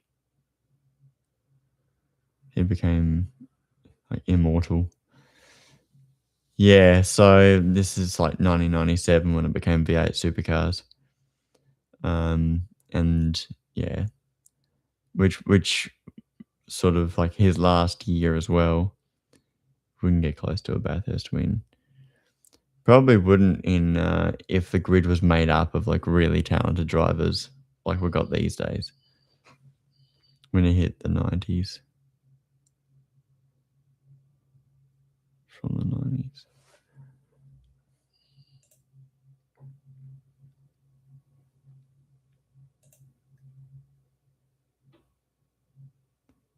Grid had a reliable car, yeah. Reliability was a much bigger issue at the time as well. I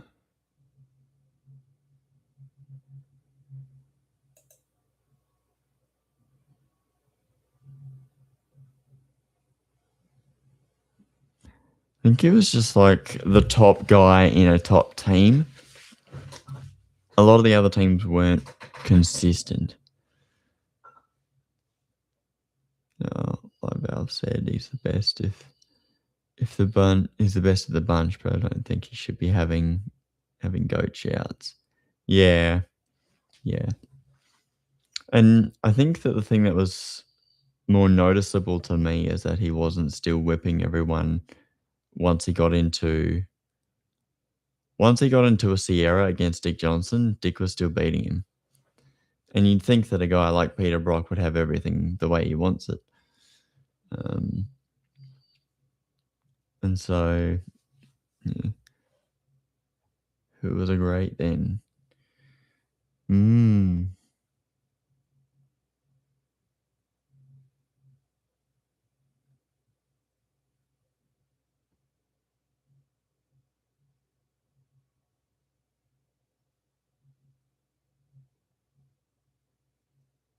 Who just bootleg thinkers are great.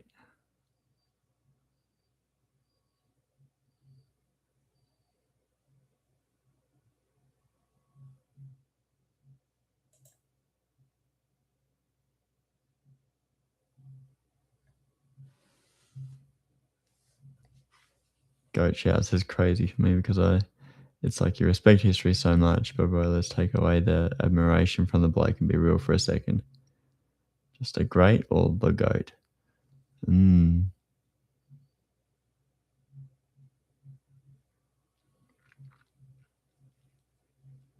think the issue with a driver's greatness is to do with how good they were at their best and for how long.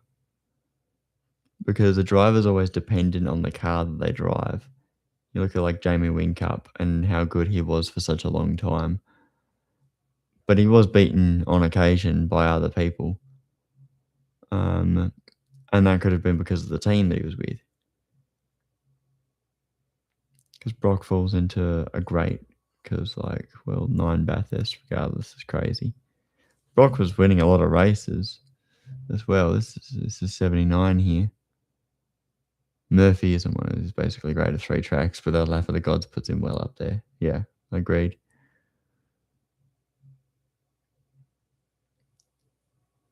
The number of poles that Brock got here in 79. Again, and I think Bob Morris won the championship.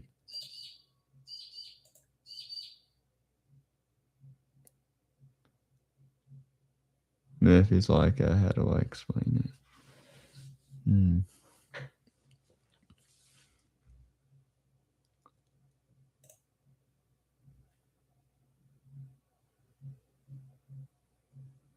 Great moments in his career.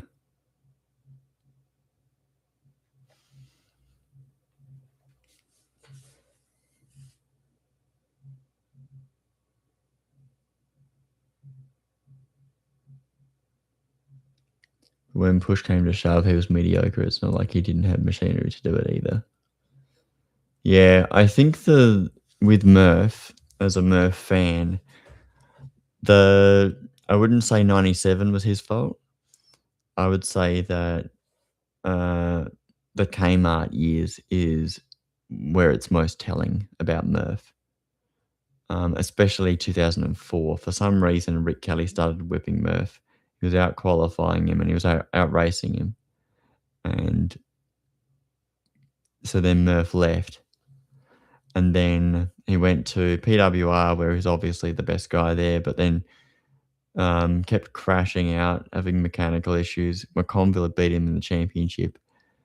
And goes to Tasman, where he's not very competitive because of the machinery, but also Jason Richards was out qualifying him, embarrassing him in qualifying, just constantly faster than him. And 2010, he's up against Russell Ingall. Well, obviously, he was beating. He was beating Russell Ingall at Paul Morris, in qualifying, but not in race trim. Whincup, okay, stats, he's the GOAT, right? I can say the same about him. Best car on the team was the only reason he's a GOAT. Great, interesting thought. Yeah, it's difficult. Whincup was also up against one of the best of all time in Craig Lowndes. It's an interesting one. And then he was later in his career, was up against another one of the best of all time in Van Gisbergen. When he started, it wasn't the best car or team, though. When Whincup was first with Triple Eight, it was one of the best. So they weren't the best until they were winning championships, and until 2008, because Walkinshaw had dismantled their entire operation. It was against Lowndes, who whipped Brock and Scaife. Yeah.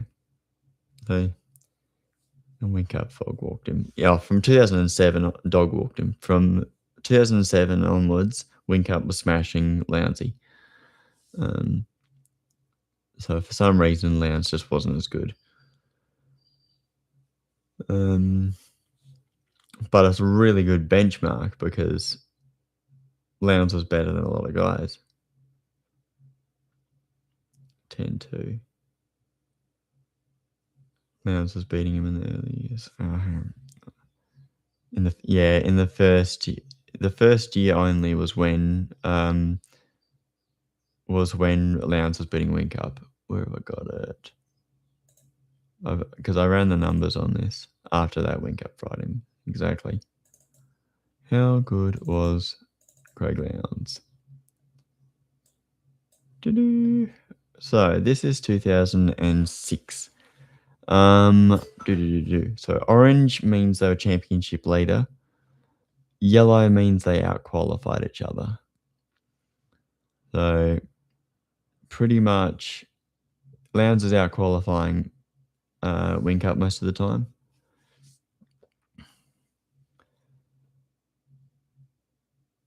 When Holden cheated Lowndes out of that championship, he never recovered. Maybe. But he did come back and was doing really well in 05. Like, smashing Ellery, but also, like, getting poles. The car was really good.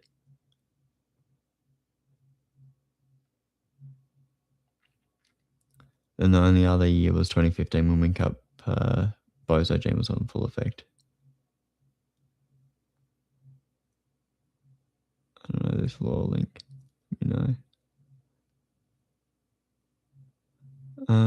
Yeah, I don't know about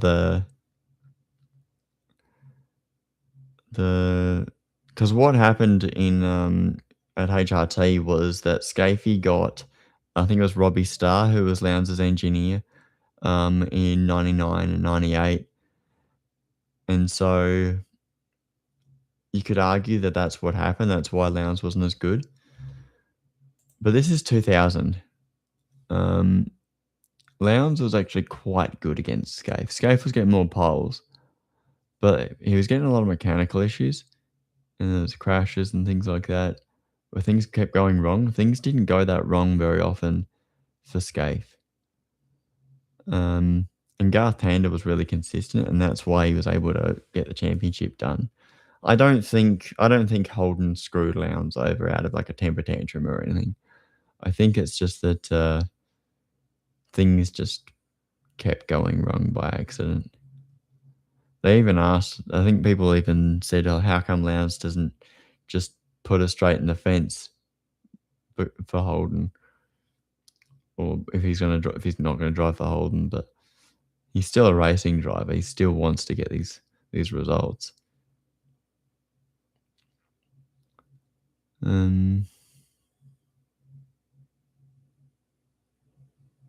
Yeah, I think the one at Darwin. What year was it?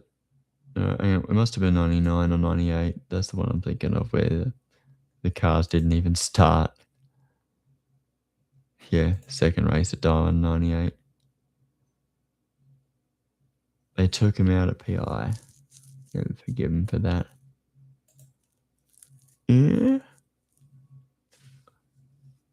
They said the car was overheating in 2000. 05 and 06 is what killed the bloke for me. Yeah, that's what I think. Well, 05 he was still good, but 06... No, hang on. 07 is when I think that he wasn't as good. Sight point or saw point for you. Yeah. So is that what happened there, Bounce? Did they because it looks like they just said the car was overheating and didn't think that like that's why they couldn't finish the race. Getting close to winning the championship is what killed his spirit. Yeah. Well, imagine being. I think it was really close in 06, right? I can't remember the detail. He was in the lead, right? And Rick needed to beat him to win the championship, and so then he bumped him. Don't know if we want to say like malintent or saying that Rick's a bad person, that he did it on purpose to crash him out. But he hit him, and Lowndes spun and then got damaged, and then he couldn't get back to it and lost the championship. Too damn nice. Well, I don't think it's fair to be completely rude and say Rick Kelly's a terrible person because he bumped into Lowndes and took him out of winning the championship. The thing for me is that we keep on saying that rude. It's rude to be nice. He stole the championship. Yeah, but Lowndes was so bad he couldn't win the championship in 07. Why was Whincup so much better than Lowndes? No, Lowndes should have been able to come back and beat Whincup. He's still he wasn't. That's rude. It's rude to win to steal a championship. Yeah.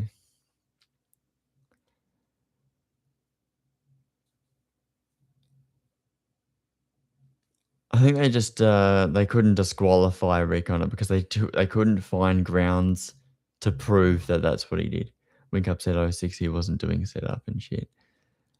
Yeah, so Whincup wasn't doing his homework well, and then he's come out in 07, pulled his finger out and started smashing him. Started going Whincup's way a little bit.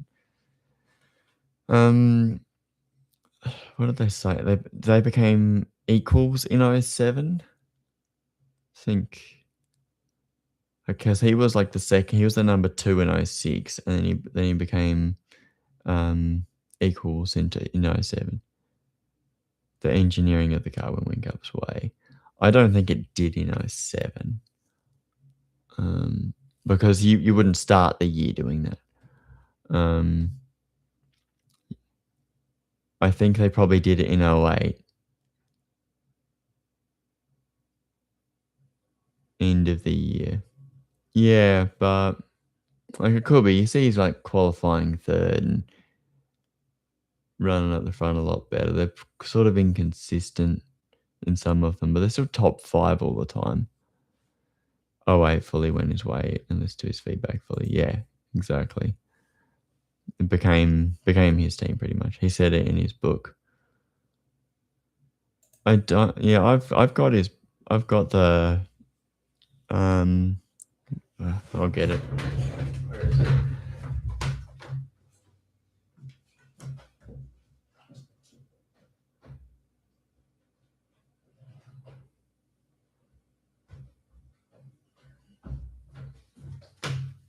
This book.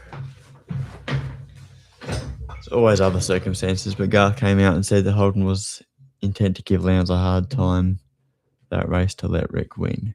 And people complain about Walkinshaw last year. Jeez, yeah.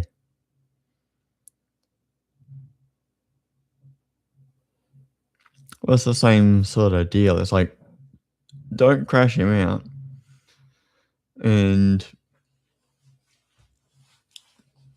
But give him a hard time, make it difficult for him.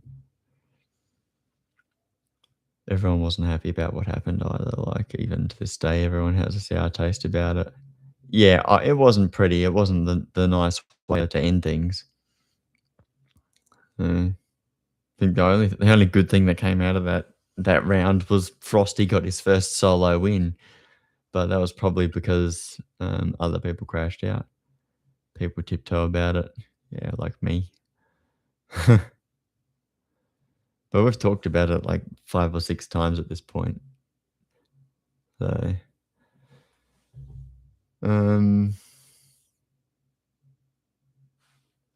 but yeah, I assume you mean this book that he says that it said they became equals in 08. Can't take your direct rival out and say I'll take a drive through. Yeah, it's not the right way to do it. Yeah, third dropped to 29th, so yeah, Rick needed to beat him. DQ laters, yeah. And yeah, Rick would have had no damage, so he would have finished in the top 10. Well, he got a drive through, right? So, ended up 18th or something like that. I think he had another issue.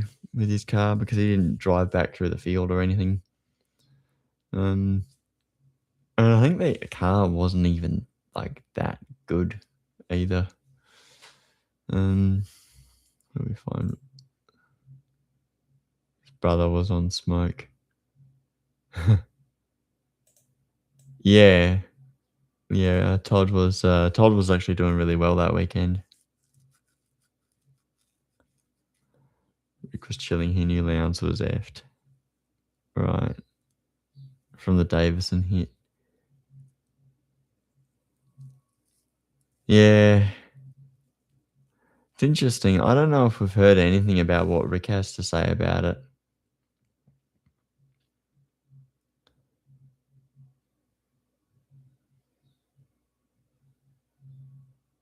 I don't know.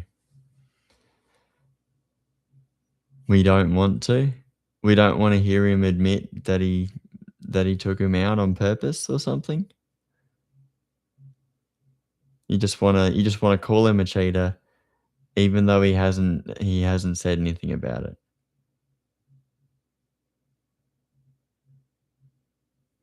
But maybe he hasn't said anything about it because it's true. What's admitting it gonna do? Well, it'd stop you looking like a tantrum chucker. That's what it will stop.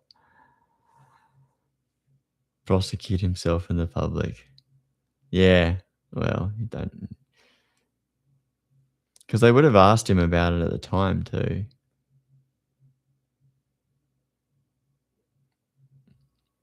But the thing that I think about what was happening in the races at the time is that they were right into one another, banging into each other for both races. It wasn't like they were playing nice and then Rick hit him. They went to court, so it's probably in the court case. It'd be nice if we could actually access that sort of stuff. I don't know if it's even available. Probably isn't. Certain things aren't available in court, like the Longhurst and Team Dynamic divorce, and I think also the Double O Motorsport stuff as well. There's a few things that are like that. It's irrelevant. Lowndes hit him, but didn't take him out. Rick does it and took him out. Yeah. Well, there's hitting from the side, and there's hitting from the rear, and that's what Rick did. He hit him from the rear. So, yeah, the fact is Rick hit him, Lowndes span, and got hit by Davison, and had, I think, had some wheel damage that was so bad that he couldn't be competitive. Whereas Rick had no damage, got a drive through, and because he was 10 spots up on Lowndes, won the championship. So that's the facts. But that was Lowndes' last chance to win the championship. Even though he had other times when he did lead, but not for a while. He didn't lead at all in 07 or 08 or 09 because Whincup led the entire thing, or 2010 or once in 2011 after he came second at Bathurst and Whincup's engine died, or the alternator, I think. 2012 didn't lead at all. 2013 he was indeed close. Yeah, like after Bathurst, was it after Gold Coast there? Maybe because of Whincup's gearbox failure, because then Whincup keeps beating him. Except for that one there at Phillip Island. But yeah, Whincup was choking the whole time. In 13, where was he choking? 2015, you mean? So start 2014, he had the lead. 2015. Winton to Bathurst. So 2 rounds.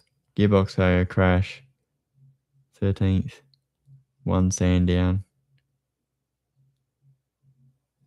Went into Gold Coast. Yeah, Gold Coast wasn't great, but I think some of those weren't his fault. Winning in the middle but making mistakes. There's what that one at Pukekohe. There's another one at Pukekohe. I think one of those was the crash with Frosty. Lowndes got taken out at Phillip Island. Yeah, dropped to 8th apparently.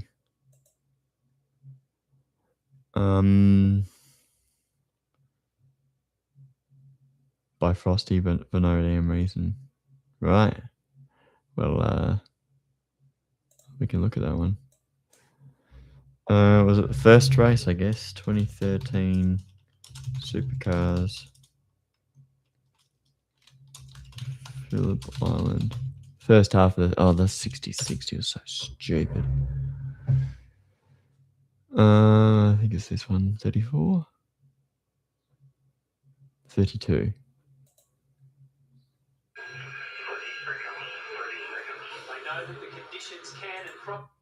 Last corner of the race. He says the first half of the 60-60, the last corner of the.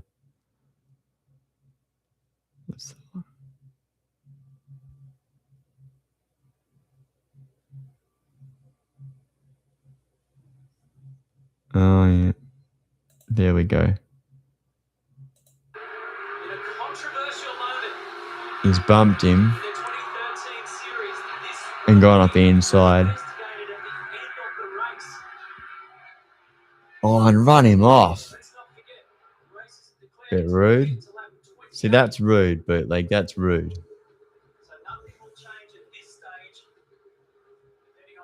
Do it live. Rewind more. Alright, find the actual bit.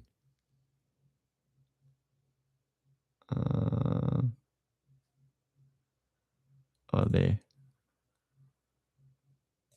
James Moffat all suffering dramas, but wow. No, hang on. It must be further back. There. Lee Holdsworth, Tim Blanchard, and Chaz Moss. Is that for the win? Might be for the win. Yeah, it's for the win. Yeah, Win Cup's back a few spots there as well. We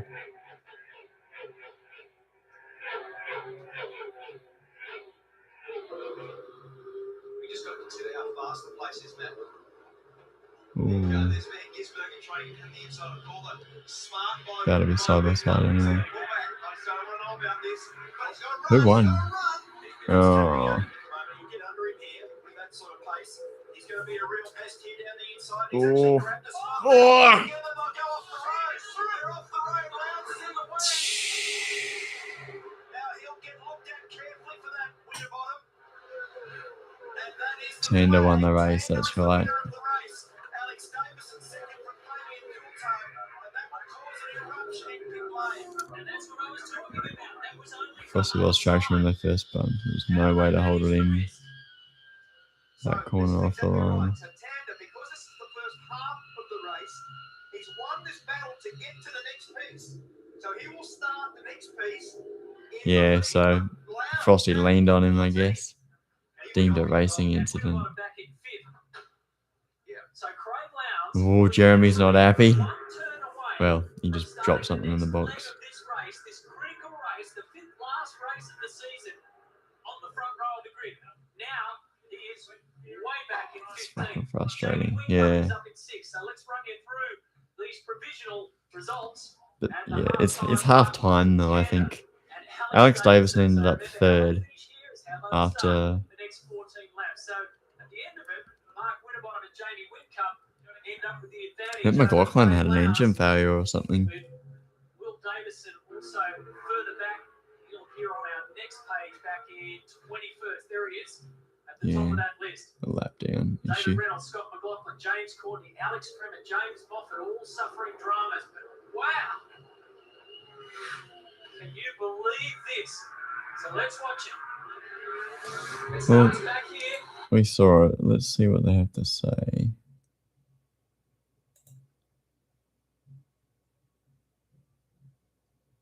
He'll be fired up from the Van Gisbergen. It's another crash for you guys. Fourth. Remember, we're at halftime. No points awarded. Yeah, we've been watching a lot of crashes. Half of the game. Wingcup crossed The line. Prema Courtney one, yeah. Rounds, 15. I mean, and then there's also the Wingcup Davison one as well at Phillip Island. So he will be the leader when we resume. Remember, it's the double file restart to the acceleration zone. Mark Winterbottom there with his backwards winning co-driver Stephen Richards, who's lending support this weekend to the factory FPRT. I like how cool as a cucumber Lowndes he is. Would be interesting to follow. But everyone's getting On on board and with turning Courtney. their cars around to get ready How for far on the the door? second half of this 60-60 I Super don't know, we might have to Sprint watch a bit. I just want to see what they say The if winner, they get no point interviewed. carrying on just yet because it's not over. This race is not done, but it's half time. It's like a football match. Have a sit down, have a think about things. That is under investigation. Lowndes and Winterbottom, the contact at turn 11 on that final lap of the first half, is under investigation in race control. So we've got post-race investigations to come. You know, I think I like the live pit lane system Also the contact earlier between James Courtney better than and the old way. Courtney and Alex Prema. It's more relevant, I think. The accident down at Honda Corner, both drivers emerged from their cars, which are significantly damaged. Indeed, were left at the exit of Honda Corner for that last lap of the first half. Let's listen in here. Sounds in his personal life makes sense because he's so fake on TV. Wow. To hear because of all the rattle guns and the work going on.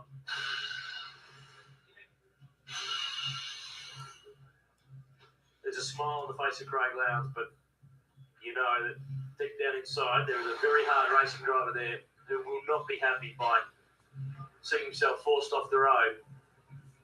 There's nothing you can do now but mount the fight back trail. So at halftime, it was Tander Davison, that's Alex Davison. Bro's an absent father, but you think he's the greatest because he says hey to his kids every time. Winterbottom, Van Gisbergen, Michael Caruso, the Northern Hornets. You don't, is he an absent father? Have his kids come out and talked about him? Tim Blanchard, well done in ninth. He and But also, you don't know. Jackson Some people say things for attention, so This is what's left of Alex you don't know what Davison. happens in people's personal lives. Just like Will Davison last year, and he smashed into the side of James Courtney's car, and both of those cars have been absolutely decimated, but they've done their job. On Facebook. Okay. Courtney was turning through the right-hander when the Frenchman, who just simply couldn't stop, and firing into the side of the HRT car, and these new generation cars have held up really well in the case of side impact, which is always the one that is very, very difficult. Johnny Wingcup conversing with his engineer, long-time engineer Mark Dutton there to the left. He's in a good position here to make up some points. Not every day that he qualifies 13th, but he's 7th. Gets a new girl so damn quick. He's in the game. Yeah, Still a bit of he work to go does. to get themselves ready for this second half. 14 laps down, and another 14 to come soon for the island. But he could just be like that. It comes across. He comes across like he's such a good guy that people want to. Sergeant Security, Phillip Island 360, the second People last like hanging event, around him. 2013, and we've been talking about Something this clearly wrong with him. championship chase between I don't think he's a drivers bad still left in person, the but Hunt. like We believe that this would unfold on the last lap of the first half of he's this loaded. 60 race. You're riding with Oh, Craig that's why Lowndes, I can see championship the gold chains hanging off his neck, race leader, and all the 40-year-old women inside come the finish lining line, up for him. in the gravel, in a 2 cross divorces, race bro. alone. Yeah, I know that bit. 13 series. This will be investigated at the end of the race. So let's not forget, the race is declared until they get to Once lap is fair. 28. So nothing Twice will what's wrong with change you, at this bro? stage. Yeah, well then it's common denominator. In fact, we're going to ask you that when you have your say in our V8 viewer vote. So take a look. What's this big contact right here? So come around, turn 12. Bang. Off goes Lowndes.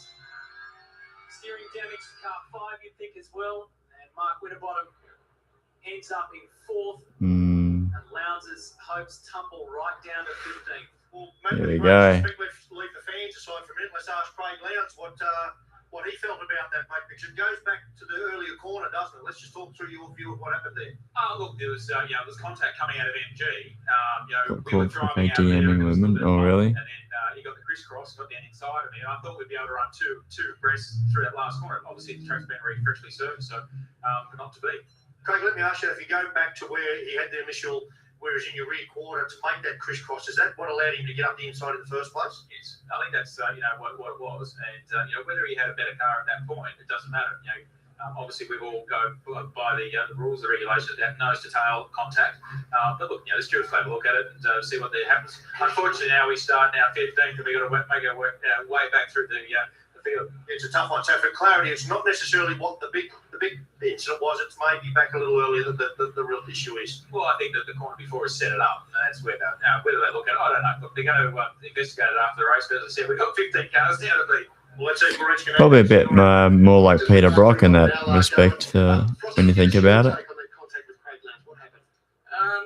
You're racing hard out there and trying to go for this championship. And I was on the inside for that last corner, and he just kept turning, and we locked wheels, and he ended up off the track. So it is first part of the 60-60. You don't want damage, but at the same time, I'm not going to let him win. So to win this championship, you're going to fight. If you're going to turn in, I'm going to get on the gas, and two of us are not going to finish in a good position. So we can't race each other too much. We've got to obviously focus on the big picture, but from the inside, the guy on the outside turns in, you're not going to back off. So that's what happened. Thanks, Frosty. Thanks, mate. Okay, so the drivers have had their say, playing it sort of a little bit straight down the line. What do you think? At home, go to our V8 Supercars website or use the 7 Sport app and let us know. Who was at fault? Was it Craig Lowndes? Was it Mark Winterbottom? Perhaps was it just one of those racing incidents? Either way, it will have a dramatic impact on the championship of 2013. After the break, Mark Scape and Neil Crompton will have all the other information. A dramatic impact on the championship. News, and we'll give you an update as well on the situation. It's been pretty close to the points because this is after Bathurst, right? So there's one more round as well. So he ends up 8th. He dropped to, what was it, 15th or something? Gets millions. He's a PR dream. Yeah. Don't know about millions, but probably more than your average man. Identical to Brock, yeah. I think, yeah, it's interesting. It's interesting how much like Brock he can be at times. Millions easy. You have to have $1 million to spend on someone to just spend it on them. But yeah, I think if you had a brand and you were like, how do we get lots of attention on this brand? Sponsor Craig Lowndes, get him to show up to things. People will show up. People will buy those things because it's a Craig Lowndes thing. People are like that. So yeah, don't know if you'd spend millions on him though. The helmet sponsorship is $500,000 for the big dogs. Yeah. I suppose it's interesting. Some drivers, even though they're not as successful as they used to be, they're just popular, and lots of people want to pay money to get their attention. You know, and it's, when you think about it, if you were Craig Lowndes and you had all these sponsors wanting to be on your helmet, you're going to charge them a lot of money. Courtney, for example. I think Courtney is a bit similar as well. Like James Courtney, you want to Snowy River latches to him. Yeah, well, I don't know much about caravans. I used to live near a caravan shop, and I asked one of these guys who was there and looking at the caravans, and I asked him, and this guy reckoned that Snowy Rivers are made in China. So they got lots of money. So they're probably happy to spend it on James Courtney. And I think James Courtney's another one of those guys, a bit like Chaz Mostert as well these days. And these popular drivers, they'll be making good money on their sponsorships because people like them and people want to see them. So, like millions sounds like a lot when you think about it. But if you've got like a competition going pretty much, can't stand those fake smile drivers. Yeah. I mean, that's what they sort of criticize him about it a bit. They're like, how can you smile after that? Chinese made. Yeah. Is that actually true, Valve Bounce? Is that true?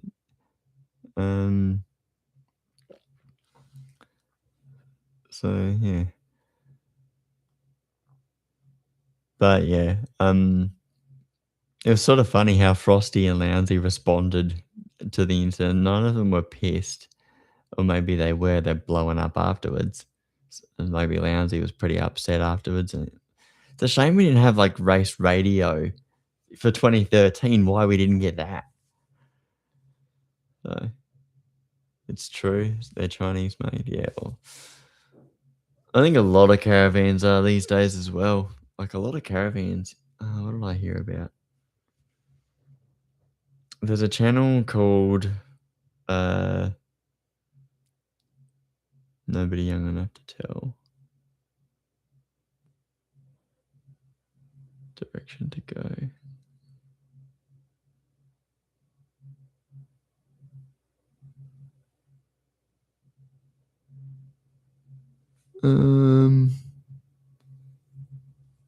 Not sure what you're talking about there, but like I got distracted and started talking about other stuff. Little things like radio are so simple.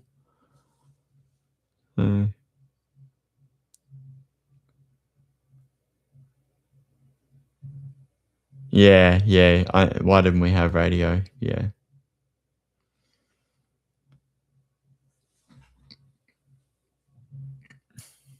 I suppose, yeah, they just didn't have nobody young enough to tell the direction to go. Oh, okay, yeah, so they didn't have somebody in there saying, hey, let's have radio going as well so that we can hear all that. Yeah, well, but they had radio for years that they had that on the broadcast. So for some reason they just didn't have it for this particular race. So like, because I was watching 2004, you can hear 2004 radio chatter. Wait for F1 or NASCAR to do something innovative and then we grab it. They've only just sorted out the radio stuff this year. Well, they introduced a new radio system, but they would have had audio from that radio. So if Lowndes did say something, they would have had it, but they didn't use it. I think it'd probably say commentary doesn't talk over it. Okay. Radio chatter is usually like they accidentally leave it open. Right. I had radio days for the past few years. Yeah, since like 2022 or something. Because I reckon it was there was Jack LeBrock, I think, at Gold Coast, and they were playing. What were they playing? They were playing Guess Who or something, whatever they were doing. That was funny. But I think they've just introduced a different system. Like it was like analog for years, and they might have finally started to go digital. Because quite a few, from what I've heard, quite a few of the systems that they use for radio and any transmitting is old technology that's been around for a long time. I think I saw something that was interesting. It was 20. I don't know what year it was, 2015 or something, where they had the drone shots. I saw a race at Barbagallo, and they had like a drone shot for there, so that I guess they've gone back to it recently, like last year. So it's sort of interesting that they used it when it first came out, and then they didn't for a long time. Then they brought it back. So, just interesting the decisions that get made. I don't think Lowndes had as good a shot at winning the championship in 13 as it might have seemed. Don't know why they still use helicopters. Yeah, maybe it would be better off to have a bunch of drones flying around instead. Surely it would cost more. I mean, it absolutely would cost more to have a helicopter instead of a drone. So Camps doesn't like drones around race cars, so it's a tough one to get working, but drones are cheaper for sure. I wonder why they don't like drones. Because it's no different. You've obviously got the human element. And if something breaks down with the drone, and I think drones have been around long enough, nanny state. Yeah, well, that's it. Motorsport Australia. Got a lot of old people running that thing. Stupid cable camera on the front straight used to piss you off.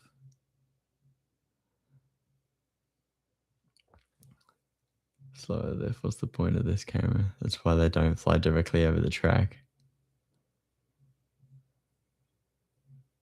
Because they got cables hanging over it. You just fly higher, right? Fly higher.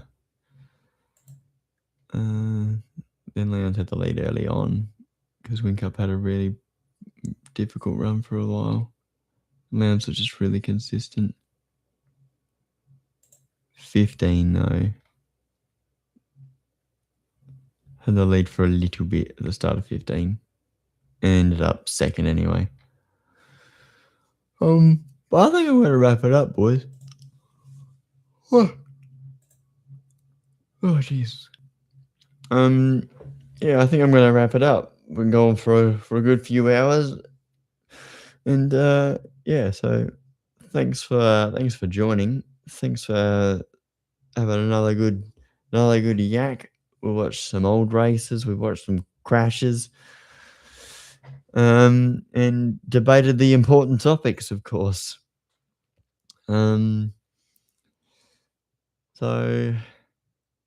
yeah, it was a good time. So thanks, boys. Hope you guys have a good rest of your days.